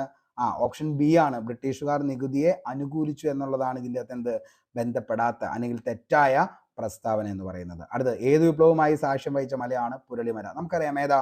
പഴശ്ശി വിപ്ലവം. 10ാം ക്ലാസ് പ്രാഥമിക പരീക്ഷ 2021 ചോദിച്ച ചോദ്യം. ബ്രിട്ടീഷ് രേഖകളിൽ പൈച്ചി രാജ, കൊട്ടിയോട്ട് രാജ എന്നീ പേരുകളിലൊക്കെ അറിയപ്പെട്ടത് ആരാണ്? ചോദിച്ച ചോദ്യം പഴശ്ശിരാജ. പഴശ്ശിരാജാവിന്റെ ജീവിതം ഇതിവൃത്തമാക്കിയ നോവലാണ് കേരള സിംഹം. ഇത് ആരാണ് രചിച്ചതെന്ന് ചോദിച്ചു കഴിഞ്ഞാൽ കാദിബോർഡ് LDC 2023 ചോദിച്ച ചോദ്യമാണ്. അത് ഏതാണ്? സർദാർ KM പണിക്കർ. ഒന്നാം പഴശ്ശി കലാപം അവസാനിപ്പിച്ച വർഷം എന്താണെന്ന് ചോദിച്ചാൽ 1797 പ്രാഥമിക പരീക്ഷ സ്റ്റേജ് 1-ൽ ചോദിച്ച ചോദ്യമാണ്. 25ാമത്തെ ചോദ്യം, ഒന്നാം പഴശ്ശി വിപ്ലവത്തിൽ ഏറ്റവും പ്രധാന കാരണം എന്തായിരുന്നു എന്ന് ചോദിച്ചു കഴിഞ്ഞാൽ ബ്രിട്ടീഷുകാരുടെ തെറ്റായ നികുതി നയമായിരുന്നു. ഓക്കെ, 10ാം ക്ലാസ് പ്രാഥമിക പരീക്ഷ സ്റ്റേജ് 4-ൽ ചോദിച്ച ചോദ്യമാണ്. എടച്ചേന കുങ്കൻ നായർ, തലക്കൽ ചന്തു, കണ്ണവത്ത് ശങ്കരൻ നായർ, കൈതേരി അമ്പു എന്നിവർ ഏത് കലാപവുമായി ബന്ധപ്പെട്ടിരിക്കുന്നു? ഏത് കലാപവുമായി ബന്ധപ്പെട്ട ആളുകൾ അവര്? അത് പഴശ്ശി കലാപവുമായി ബന്ധപ്പെട്ട ആളാണ് എടച്ചേന കുങ്കൻ നായർ, തലക്കൽ ചന്തു, കണ്ണവത്ത് ശങ്കരൻ നായർ, കൈതേരി അമ്പു. ഓക്കെ, ഇനി പഴശ്ശി കലാപം സമയത്ത് തകർക്കപ്പെട്ട ഏഷ്യയിലെ തന്നെ ആദ്യത്തെയും ഏറ്റവും വലുതുമായ കറുവാത്തോട്ടം. മോസ്റ്റ്ലി റിപ്പീറ്റഡ് ആണ് ഈ ഒരു ചോദ്യം. അതാണ് അഞ്ചരക്കണ്ടി. വയനാടൻ വനങ്ങൾ കേന്ദ്രീകരിച്ച് ബ്രിട്ടീഷുകാർക്കെതിരെ ഒളിപ്പോർ യുദ്ധം നടത്തിയത് ആരാന്ന് ചോദിച്ചാൽ ഫീൽഡ് വർക്ക് 2021 പഴശ്ശിരാജയാണ്. ഇനി പഴശ്ശിരാജയുമായി ബന്ധപ്പെട്ട് ഏറ്റവും ഇമ്പോർട്ടൻ്റ് ആയിട്ട് ഒരു PSC ഉദ്യോഗാർത്ഥി എന്ന നിലയിൽ നമ്മൾ പഠിക്കേണ്ട കാര്യമാണ് പഴശ്ശി സ്മാരകം സ്ഥിതി ചെയ്യുന്നത് എവിടെയാണെന്ന് ചോദിച്ചാൽ അത് മാനന്തവാടി. അപ്പോൾ പഴശ്ശി സ്മാരകം സ്മാനന്തവാടി എന്ന് പഠിച്ചാൽ മതി. അപ്പോൾ എന്താ മാനന്തവാടി കിട്ടും. അപ്പോൾ പഴശ്ശി സ്മാരകം സ്മാനന്തവാടി. ഓക്കെ, പഴശ്ശി ഡാം എവിടെയാണെന്ന് ചോദിച്ചാൽ ഡാം എവിടെയാണ്? കണ്ണൂരാണ്. ഡാം കണ്ണൂരാണ് പഴശ്ശി ഡാം. ഇനി പഴശ്ശി മ്യൂസിയം എവിടെയാണെന്ന് ചോദിച്ചാൽ പഴശ്ശി മ്യൂസിയം മൂഴിക്കോട് എന്ന് വെച്ചാൽ മതി. അപ്പോൾ മ്യൂസിയം മൂഴിക്കോട്, സ്മാരകം സ്മാനന്തവാടി. ഓക്കെ, പഴശ്ശി ഗുഹ എവിടെയാണെന്ന് ചോദിച്ചാൽ ഗുഹ മലപ്പുറത്താണ്. പഴശ്ശി കോളേജ് എവിടെയാണെന്ന് ചോദിച്ചാൽ അതെവിടെയാണ്? അത് പുൽപ്പള്ളി വയനാടാണ് Pazhassi college. Pazhassiraja NSS college എവിടെയാണെന്ന് ചോദിച്ചാൽ അത് എവിടെയാണ്? മട്ടന്നൂരാണ് പഴശ്ശിരാജ NSS കോളേജ്. ഇനി അത്രയും കാര്യങ്ങൾ എന്ത് ചെയ്യുക, ഈ പഴശ്ശിരാജയുമായി ബന്ധപ്പെട്ട് ഒന്ന് പഠിച്ചു വെച്ചോ. വെരി വെരി ഇമ്പോർട്ടൻ്റ് ആണ്. ഓക്കെ, അടുത്താണ് കുറിച്യർ കലാപം. ഓക്കെ, ബ്രിട്ടീഷുകാരുടെ നികുതി വ്യവസ്ഥയെ ചോദ്യം ചെയ്ത കലാപത്തിൽ പങ്കെടുത്ത ഗോത്ര വിഭാഗക്കാർ അറിയപ്പെട്ടിരുന്ന പേരാണ് ഏതെന്ന് പറയുന്നത്? കുറിച്യറും അതേപോലെ തന്നെ കുറുമ്പരും. ഓക്കെ, അപ്പോൾ ബ്രിട്ടീഷുകാരുടെ നികുതി വ്യവസ്ഥയെ ചോദ്യം ചെയ്ത് കലാപത്തിൽ പങ്കെടുത്ത ഗോത്ര വിഭാഗക്കാർ താഴെ പറയുന്നവയിൽ ആരാന്ന് ചോദിച്ചാൽ കുറിച്യരും കുറുമ്പരും. കുറിച്യർ കലാപത്തിന്റെ നേതാവ് ആരാന്ന് ചോദിച്ചാൽ അത് രാമനമ്പിയാണ്. യൂണിവേഴ്സിറ്റി LGS സ്റ്റേജ് 2-ൽ ചോദിച്ച ചോദ്യമാണ് കേട്ടോ. ഇനി കുറിച്യർ കലാപം നടന്ന വർഷം എന്നാന്ന് ചോദിച്ചാൽ 1812-ലാണ് കുറിച്യർ കലാപം നടന്നത്. മോസ്റ്റ്ലി റിപ്പീറ്റഡ് ആണ്. ഈ ഒരു ഇയർ എന്ന് പറയുന്നത് അത്രത്തോളം ഇമ്പോർട്ടൻ്റ് ആയിട്ട് ചോദിക്കാറുണ്ട്. അപ്പോൾ എന്നാണ് കുറിച്യർ കലാപം നടന്നതെന്ന് ചോദിച്ചാൽ 1812 ആണ്. ഓക്കെ, ഇനി കുറിച്യർ കലാപം നടന്ന വർഷം 1812. കുറിച്യർ കലാപത്തിന്റെ നേതൃത്വം നൽകിയത് ആരാന്ന് ചോദിച്ചാൽ രാമനമ്പിയാണ്. ദക്ഷിണേന്ത്യയിൽ നടന്ന ഏക ഗിരിവർഗ കലാപമാണ് ഏതെന്ന് പറഞ്ഞത്? കുറിച്യർ കലാപം. ഒരു മാസം കൂടി പിടിച്ചു നിൽക്കാൻ കലാപകാരികൾക്ക് കഴിയുമായിരുന്നെങ്കിൽ രാജ്യം അവരുടെ നിയന്ത്രണത്തിലായേനെ എന്ന് കുറിച്യർ കലാപത്തെക്കുറിച്ച് അഭിപ്രായപ്പെട്ട ബ്രിട്ടീഷ് ഉദ്യോഗസ്ഥനാരാന്ന് ചോദിച്ചാൽ അതാണ് TH ബേബർ എന്ന് പറയുന്നത്. ഓക്കെ, അപ്പോൾ ഒരു മാസം കൂടി പിടിച്ചു നിൽക്കാൻ കലാപകാരികൾക്ക് കഴിയുമായിരുന്നെങ്കിൽ എന്ത് നമ്മുടെ എന്താണ് അവരുടെ നിയന്ത്രണത്തിലായനെ ശരിക്കും എന്തെന്ന് പറയുന്നത്? രാജ്യമെന്ന്. ഓക്കെ, അപ്പോൾ അത്രത്തോളം പേടിപ്പെട്ടാണ് ആര് പറയുന്നത്? TH ബേബർ അതിനെക്കുറിച്ച് പറയുന്നത്. നികുതി ഏർപ്പെടുത്തിയ ബ്രിട്ടീഷ് ഉദ്യോഗസ്ഥനാണ് തോമസ് വാർഡൻ എന്ന് പറയുന്നത്. സ്റ്റേറ്റ്മെന്റ് ലെവലിലാണ് ചോദിക്കാം. തോമസ് വാർഡൻ താഴെ പറയുന്നവയിൽ ഏത് എന്താണ് കലാപവുമായി ബന്ധപ്പെട്ടിരിക്കുന്നു? അത് ഏതാണ്? കുറിച്യർ കലാപമാണ്. ഓക്കെ, നികുതി ഏർപ്പെടുത്തിയ ബ്രിട്ടീഷ് ഉദ്യോഗസ്ഥൻ തോമസ് വാർഡൻ ആണ്. കുറിച്യർ കലാപം അടിച്ചമർത്തിയത് 1812 മെയ് 8-നാണ്. രാമനമ്പിയെ വധിച്ചത് 1812 മെയ് 1-നാണ് രാമനമ്പിയെ എന്ത് ചെയ്തത്? വധിച്ചത്. ഓക്കെ, അപ്പോൾ ഡേ 1-ലെ നമ്മളെ ഏറ്റവും ഇമ്പോർട്ടൻ്റ് ആയിട്ടുള്ള 2 ടോപ്പിക്സ്, ഏകദേശം 3 സബ് ടോപ്പിക്ക് വരുന്ന കാര്യത്തിൻ്റെ അകത്ത് ഏറ്റവും ഇമ്പോർട്ടൻ്റ് ആയിട്ടുള്ള ഒരു 30 ചോദ്യത്തിൽ നിന്നും ആ ഒരു ടോപ്പിക്ക് നമ്മൾ കംപ്ലീറ്റ് ആവുകയാണ്. അതായത് യൂറോപ്യന്മാരുടെ സംഭാവനകൾ എന്ന് പറയുന്ന ആ ഒരു ടോപ്പിക്ക്, അതേപോലെ തന്നെ എന്താണ് കേരളത്തിലെ കലാപങ്ങളും അതേപോലെ തന്നെ ബാക്കി കാര്യങ്ങളും, അതേപോലെ തന്നെ എന്താണ് ഈ പറയുന്ന പഴശ്ശിരാജയുടെ വിപ്ലവം, അങ്ങനെയുള്ള കാര്യങ്ങൾ, അങ്ങനെ എല്ലാം ഉൾപ്പെടുത്തിക്കൊണ്ടുള്ള ഒരു ടോപ്പിക്ക് നമ്മൾ ഏകദേശം 30 ചോദ്യങ്ങളിൽ നിന്നാണ് നമ്മൾ കംപ്ലീറ്റ് ആക്കുന്നത്. ഓക്കെ, വെറും 30 ചോദ്യങ്ങളിൽ നിന്ന് നമ്മളത് കംപ്ലീറ്റ് ആക്കി. അതായത് എന്താണോ, അതായത് കേരളം നമ്മൾ എന്താണ് യൂറോപ്യന്മാരുടെ വരവ്, അതേപോലെ തന്നെ സംഭാവന എന്ന് പറയുന്ന ഒരു ടോപ്പിക്ക്, മാർത്താണ്ഡവർമ്മ മുതൽ ശ്രീ ചിത്ര തിരുനാൾ, അത് നമ്മൾ അടുത്ത ദിവസം പറയും. സാമൂഹ്യ മത നവോത്ഥാന പ്രസ്ഥാനങ്ങൾ, കേരളത്തിലെ ദേശീയ പ്രസ്ഥാനങ്ങൾ, കേരളത്തിലെ ദേശീയ സാഹിത്യ സ്രോതസ്സുകൾ, ഐക്യ കേരളം, അങ്ങനെയുള്ള കുറച്ച് കാര്യങ്ങൾ എന്ത് ചെയ്തിട്ടുണ്ട് ഇതിൻ്റെ അകത്ത് നമ്മൾ ചർച്ച ചെയ്തിട്ടുണ്ട്. അതായത് ഒരു 30 ചോദ്യത്തിനുള്ളിൽ നമുക്ക് എന്ത് ചെയ്യാൻ പറ്റുന്നുണ്ട്? അത് കൺക്ലൂഡ് ചെയ്യാനായിട്ട് പറ്റുന്നുണ്ട്. അപ്പോൾ എന്തൊക്കെയാണോ പഠിക്കേണ്ടത് എന്നുള്ളത് നമ്മൾ മനസ്സിലാക്കി അതുമാത്രം എന്ത് ചെയ്യുക? പഠിക്കുക. അതിനുശേഷം എന്ത് ചെയ്യുക? റിവിഷൻ ചെയ്യുക. ഇതാണ് PSC എക്സാം ഏറ്റവും സിമ്പിളായിട്ട് ക്രാക്ക് ചെയ്യാൻ പറ്റുന്ന ഏറ്റവും സിമ്പിളായിട്ടുള്ള മെത്തേഡ് എന്ന് പറയുന്നത്. ഓക്കെ, അപ്പോൾ നിങ്ങളൊരു PSC ആസ്പിറൻസ് ആണ്, അല്ലെങ്കിൽ എന്താണ് ഇനിയും നിങ്ങൾക്ക് PSCയിൽ പഠിക്കാനായിട്ട്, അല്ലെങ്കിൽ PSCയുടെ ഒരു എക്സാം എഴുതി ഒരു ജോലി വാങ്ങണമെന്നുള്ള തീവ്രമായിട്ടുള്ള ഒരു ആഗ്രഹമുള്ള ഉദ്യോഗാർത്ഥിയാണെങ്കിൽ നിങ്ങൾക്ക് 100% വിശ്വസിച്ച് ഈ ഒരു എന്താണ് റാപ്പിഡ് റിവിഷൻ സ്ട്രാറ്റജി ഫോളോ ചെയ്യാം. അപ്പോൾ നമുക്ക് ഇങ്ങനെയാണ്. അപ്പോൾ നിങ്ങൾക്ക് മനസ്സിലായിട്ടുണ്ടാവും, ഏകദേശം 30ഓളം ചോദ്യങ്ങൾ ചോദിച്ചപ്പോൾ ഇത് ഓരോ ചോദ്യങ്ങളും ഞാൻ കഴിഞ്ഞപ്പോൾ അത് ഏത് എന്താണ് നിലവിൽ 2021 മുതൽ 24 വരെയുള്ള ചോദ്യങ്ങളാണ് നമ്മൾ ഉൾപ്പെടുത്തിയത്, അത് എവിടെ നിന്നാണ് വന്നതെന്നുള്ള സോഴ്സ് കാണിച്ച എന്തിനാണെന്ന് ചോദിച്ചാൽ, അല്ലെങ്കിൽ നിങ്ങൾ തന്നെ ചോദിക്കും ഇത് എവിടെ നിന്നാണ് വന്നതെന്നുള്ളത്. ഓക്കെ, അപ്പോൾ അതുകൊണ്ടാണ് ഓരോ എക്സാമിൻ്റെയും എന്താണ് ഓരോ ചോദ്യങ്ങളുമാണ് എന്നുള്ളത് നിങ്ങളെ വളരെ വ്യക്തമായിട്ട് ഓരോ ചോദ്യം കഴിയുമ്പോൾ എന്ത് ചെയ്യുക, അറ്റൻഡർ സ്റ്റോർ കീപ്പർ 2023 അങ്ങനെ ഓരോന്നും കഴിഞ്ഞ് ബീറ്റ് ഫോറസ്റ്റ് ഓഫീസർ 2022 അങ്ങനെ പറഞ്ഞു തന്നെ പോയേക്കണത്. ഓക്കെ, അപ്പോൾ ഇത്രയും ചോദ്യങ്ങൾ നമ്മൾ അതിൽ നിന്നും പഠിച്ചാൽ നമുക്ക് ആ ഒരു ഭാഗം ക്ലിയർ ആണ്. ഓക്കെ, അല്ലാതെ മക്കളെ ആർക്കും എന്ത് ചെയ്യാൻ പറ്റത്തില്ല, ഒരാൾക്കും നമുക്ക് എന്ത് ചെയ്യാൻ പറ്റില്ല, ഈ പറയുന്ന റാങ്ക് ഫയൽ മൊത്തമായിട്ട് പഠിച്ച് കംപ്ലീറ്റ് ചെയ്ത് അതിൽ നിന്നും മൊത്തമായിട്ട് പറയാനായിട്ട് ഒരാൾക്കും സാധിക്കില്ല. അപ്പോൾ എന്താണ് നമുക്ക് ചെയ്യാനുള്ള ഏറ്റവും വലിയ സിമ്പിൾ ഷോർട്ട് കട്ട് എന്ന് വെച്ച് കഴിഞ്ഞാൽ, ഏറ്റവും ഇമ്പോർട്ടൻ്റ് ആയിട്ടുള്ള PSC ചോദിച്ച ചോദ്യങ്ങൾ തന്നെ എന്ത് ചെയ്യുക, അതിൻ്റെ 4 ഓപ്ഷനുകൾ കൂടി എന്ത് ചെയ്യുക, മനസ്സിലാക്കിയതിന് ശേഷം പഠിച്ച് മുന്നോട്ടേക്ക് പോയി കഴിഞ്ഞാൽ അത് മതി നമുക്ക് നല്ലൊരു റാങ്കിലേക്ക് എത്താൻ. അപ്പോൾ ഈ പറയുന്ന ലെവലിലാണ് പഠിച്ചു പോകേണ്ടത്. നിങ്ങൾക്ക് വളരെ വ്യക്തമായി മനസ്സിലായി എന്ന് കരുതുന്നു. അതിന് വേണ്ടിയിട്ടാണ് ഞാൻ ഈ ഒരു ഡേ 1 ഒന്ന് സ്റ്റാർട്ട് ചെയ്തിട്ടത്. അപ്പോൾ ഇങ്ങനെയാണ് നമ്മൾ പഠിച്ചു പോകാനായിട്ട് ഉദ്ദേശിച്ചത്. അതായത് എന്താണോ ഇതിൻ്റെ കാതൽ എന്നുള്ളത് അത് മാത്രം പഠിച്ച് റിവിഷൻ ചെയ്ത് ഓരോ ദിവസവും സെറ്റ് ചെയ്ത് സംഭവം ക്ലോസ് ചെയ്യുന്നു. അങ്ങനെയാണ് ഈ ഒരു സ്ട്രാറ്റജി എന്ന് പറയുന്നത്. അപ്പോൾ ഇത് നിങ്ങൾക്ക് ഇഷ്ടമായെങ്കിൽ ഉറപ്പായിട്ടും ലൈക്ക് ചെയ്യുക. ഇനി നിങ്ങളാണ് പറയേണ്ടത് ഈ ഒരു സ്ട്രാറ്റജി നമ്മൾ മുന്നോട്ടേക്ക് കൊണ്ടുപോകണം എന്നുള്ളത്. നിങ്ങളെല്ലാവരും നമ്മുടെ ഹോട്ട് ടോപ്പിക്സിനും അതേപോലെ തന്നെ PYQ സീരീസിനൊക്കെ തന്ന സപ്പോർട്ട് തുടർന്നുമുണ്ടെങ്കിൽ ഉറപ്പായിട്ടും നമുക്ക് എന്ത് ചെയ്യാം, ഈ ഒരു റിവിഷൻ സ്ട്രാറ്റജി നമുക്ക് മുന്നോട്ടേക്ക് കൊണ്ടുപോകാം. അപ്പോൾ നിങ്ങളുടെ അഭിപ്രായം എന്താണെന്നുള്ളത് താഴെ നിങ്ങൾ കമൻറ്റ് ബോക്സിൽ രേഖപ്പെടുത്തുക. നിങ്ങൾ ഓക്കെ ആണെങ്കിൽ നമുക്ക് ഇങ്ങനെ ഓരോ ദിവസവും എന്താണ് ഇത്രയും ക്വസ്റ്റ്യൻസും അത് ഡിസ്കസ് ചെയ്ത് അതിൻ്റെ എക്സ്പ്ലനേഷൻ ഉൾപ്പെടെ നമുക്ക് സെറ്റ് ചെയ്ത് പോകാം. കൂടാതെ ബാക്കിയുള്ള ചോദ്യങ്ങൾ ഞാൻ നിങ്ങൾക്ക് ടെലഗ്രാമിലേക്ക് ഇടാം. അപ്പോൾ ടെലഗ്രാമിൽ എന്ത് ചെയ്യുക, നിങ്ങൾ അതൊന്ന് വർക്കൗട്ട് ചെയ്യാനായിട്ടും ശ്രമിക്കുക. ഓക്കെ, അപ്പോൾ അങ്ങനെ ഒരു ലെവലിലാണ് നമ്മൾ മുന്നോട്ടേക്ക് പോകാനായിട്ട് ഉദ്ദേശിച്ചത്. അപ്പോൾ നിങ്ങളുടെ അഭിപ്രായമാണ് ഇനി എനിക്കറിയേണ്ടത്.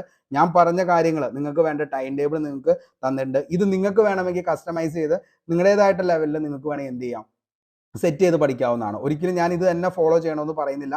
നിങ്ങളുടേതായിട്ടുള്ള ലെവലിൽ ചിലർക്ക് ഇംഗ്ലീഷ് എളുപ്പമായിരിക്കും, ചിലർക്ക് മലയാളം ഭയങ്കര എളുപ്പമായിരിക്കും, ചിലർക്ക് എന്തായിരിക്കും maths, BSc maths, MSc maths അങ്ങനെയൊക്കെയുള്ള ആൾക്കാരാണെങ്കിൽ ചിലപ്പോൾ അവർക്ക് എന്താണ് ഇതൊക്കെ സിമ്പിളായിട്ട് ചെയ്ത് തീർക്കാനായിട്ട് പറ്റും. അപ്പോൾ ഓരോരുത്തർക്കും എന്ത് ചെയ്യുക, നിങ്ങളുടേതായിട്ടുള്ള കാര്യങ്ങൾ, അതായത് നിങ്ങളുടെ പോരായ്മകൾ, നിങ്ങൾക്ക് ഏറ്റവും കൂടുതൽ ഇഷ്ടമുള്ളത്, നിങ്ങൾക്ക് ഏറ്റവും കൂടുതൽ എന്താണ് പെട്ടെന്ന് പഠിച്ചു തീർക്കാൻ പറ്റുന്ന ടോപ്പിക്ക്, ഇതൊക്കെ അറിയാവുന്നത് നിങ്ങൾക്ക് മാത്രമാണ്. ഓക്കെ, അപ്പോൾ നിങ്ങൾ എന്ത് ചെയ്യുക, അത് മാത്രം നിങ്ങൾ തന്നെ സെലക്ട് ചെയ്ത് വേണമെങ്കിൽ ഈ ഒരു ടൈം ടേബിൾ നിങ്ങൾക്ക് വേണമെങ്കിൽ നിങ്ങളുടേതായിട്ടുള്ള ലെവലിൽ എന്ത് ചെയ്യാം, ഇത്രയും ടോപ്പിക് ഇട്ട് നിങ്ങളുടേതായ ലെവലിൽ നിങ്ങൾക്ക് കസ്റ്റമൈസ് ചെയ്ത് നിങ്ങൾക്ക് ഉപയോഗിക്കാം. ഓക്കെ, അപ്പോൾ നമ്മൾ പഠിക്കേണ്ടത് നമ്മുടെ എന്താണ് റേഞ്ച് എന്താണെന്ന് മനസ്സിലാക്കി നമുക്കൊരു ജോലി കിട്ടാൻ വേണ്ടിയിട്ടാണ്. ഓക്കെ, അപ്പോൾ നമ്മുടെ കൂടെ നമ്മൾ മാത്രമാണ് ഉണ്ടാവത്തുള്ളൂ. ജീവിതത്തിൽ നമ്മൾ എന്താണോ നേടുന്നത്, അല്ലെങ്കിൽ ഈ പറയുന്ന ഒരു ജോലി കൊണ്ട് നിങ്ങൾ നല്ലൊരു പൊസിഷനിലെത്തി നിങ്ങളുടേതായിട്ടുള്ള ലെവലിൽ നിങ്ങൾക്ക് ജീവിക്കാനായിട്ട് നിങ്ങൾക്ക് പറ്റണമെങ്കിൽ നിങ്ങൾക്ക് ഈ ജോലി കിട്ടണം. ഓക്കെ, അപ്പോൾ അതിനുവേണ്ടി നിങ്ങളാണ് കഷ്ടപ്പെടേണ്ടത്.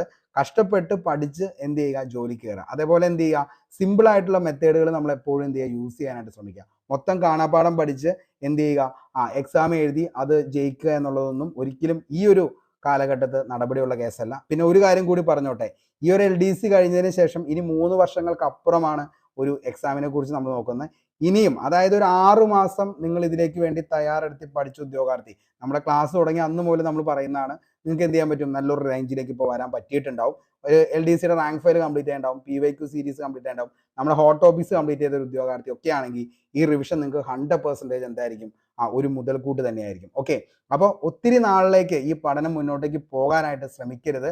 എത്രയും പെട്ടെന്ന് പഠിക്കുക, ജോലിക്ക് കയറുക. അത് പറ്റിയില്ലെങ്കിൽ മാക്സിമം 1 വർഷം, അതിനുള്ളിലും ഇത് ഓക്കെ വരുന്നില്ലെങ്കിൽ നിങ്ങൾ എന്ത് ചെയ്യുക, പിന്നെയും ഇതിലേക്ക് കിടന്ന് മസിൽ പിടിക്കാനായിട്ട് നിൽക്കരുത്. എന്ത് ചെയ്യുക, വൈൻഡപ്പ് ചെയ്യുക, അടുത്ത പരിപാടി നോക്കുക. ഓക്കെ, അപ്പോൾ ഞാനൊരു നെഗറ്റീവായിട്ട് പറഞ്ഞതല്ല കേട്ടോ. കാരണം എന്താണെന്ന് വെച്ച് കഴിഞ്ഞാൽ ഹൈ പ്രഷറിലേക്ക് പോകുന്നതിനേക്കാൾ നല്ലത് എന്താണ്, പെട്ടെന്ന് പഠിച്ച് പെട്ടെന്ന് വേണ്ടത് എന്താണെന്നുള്ളത് പഠിച്ചിട്ട് ജോലിക്ക് കയറുന്നതാണ് ഏറ്റവും ബെറ്റർ ഓപ്ഷൻ എന്ന് പറയുന്നത്. ഓക്കെ, കാരണം എന്താണെന്ന് വെച്ച് കഴിഞ്ഞാൽ നമ്മുടെ അടുത്ത് ചോദിക്കാനായിട്ട് ഒത്തിരി ചോദ്യങ്ങൾ നമ്മുടെ മുന്നിലേക്ക് വരും. ഒരു 6 മാസം പഠിച്ചു കഴിഞ്ഞ് 7ാമത്തെ മാസമൊക്കെ എത്തി പഠിക്കുന്ന ഉദ്യോഗാർത്ഥികളുടെ മുന്നിലേക്ക് എന്തായി പഠനം, എത്ര നാളായി പഠിക്കുന്നു, ജോലി ആയില്ലേ, ലിസ്റ്റിൽ ഏതെങ്കിലും ഉണ്ടോ, അങ്ങനെ കുറേ ചോദ്യങ്ങളുടെ ഉത്തരങ്ങളിൽ നിങ്ങൾ എന്ത് ചെയ്യേണ്ടി വരും, അവസാനം സ്തംഭിച്ച് നിൽക്കേണ്ട അവസ്ഥയിലേക്ക് എത്തും. അപ്പോൾ അതിനൊന്നും നിങ്ങൾക്ക് ഇടവരുത്തില്ല ഈ ഒരു സ്ട്രാറ്റജി നിങ്ങൾ ഫോളോ ചെയ്യുകയാണെങ്കിൽ. കൃത്യമായിട്ട് നിങ്ങളുടെ ഇഷ്ടത്തിന് നിങ്ങൾക്ക് കസ്റ്റമൈസ് ചെയ്ത് ഈ ടൈം ടേബിൾ നിങ്ങൾക്ക് യൂസ് ചെയ്യാം. 100% നിങ്ങൾക്ക് എന്തായിരിക്കും, ഈ ഒരു ടൈം ടേബിൾ നിങ്ങൾക്ക് വർത്തായിരിക്കും. അപ്പോൾ ഇതൊന്ന് കണ്ടിന്യൂ ചെയ്യാനായിട്ട് ശ്രമിക്കുക. ഒരു 4 ദിവസം 4 ദിവസം 4 ദിവസം എങ്കിലും നിങ്ങൾ നോക്കുക. ഇമ്പ്രൂവ് ഇല്ലെങ്കിൽ അത് വിട്ട് കളഞ്ഞേക്കുക. ഓക്കെ, അപ്പോൾ ഇത്രയും കാര്യങ്ങളാണ് പറയാനുള്ളൂ. അപ്പോൾ നിങ്ങൾ ഇനി ഇത് കണ്ടിന്യൂ ചെയ്യണമെന്നുള്ളതിൻ്റെ കാര്യം താഴെ കമൻറ്റ് ബോക്സിൽ രേഖപ്പെടുത്തുക. പുതിയൊരു വീഡിയോയുമായി നമുക്ക് വീണ്ടും കണ്ടുമുട്ടാം. അതുവരത്തേക്കും short break. Signing off, Arun Kombanadan. Thank U.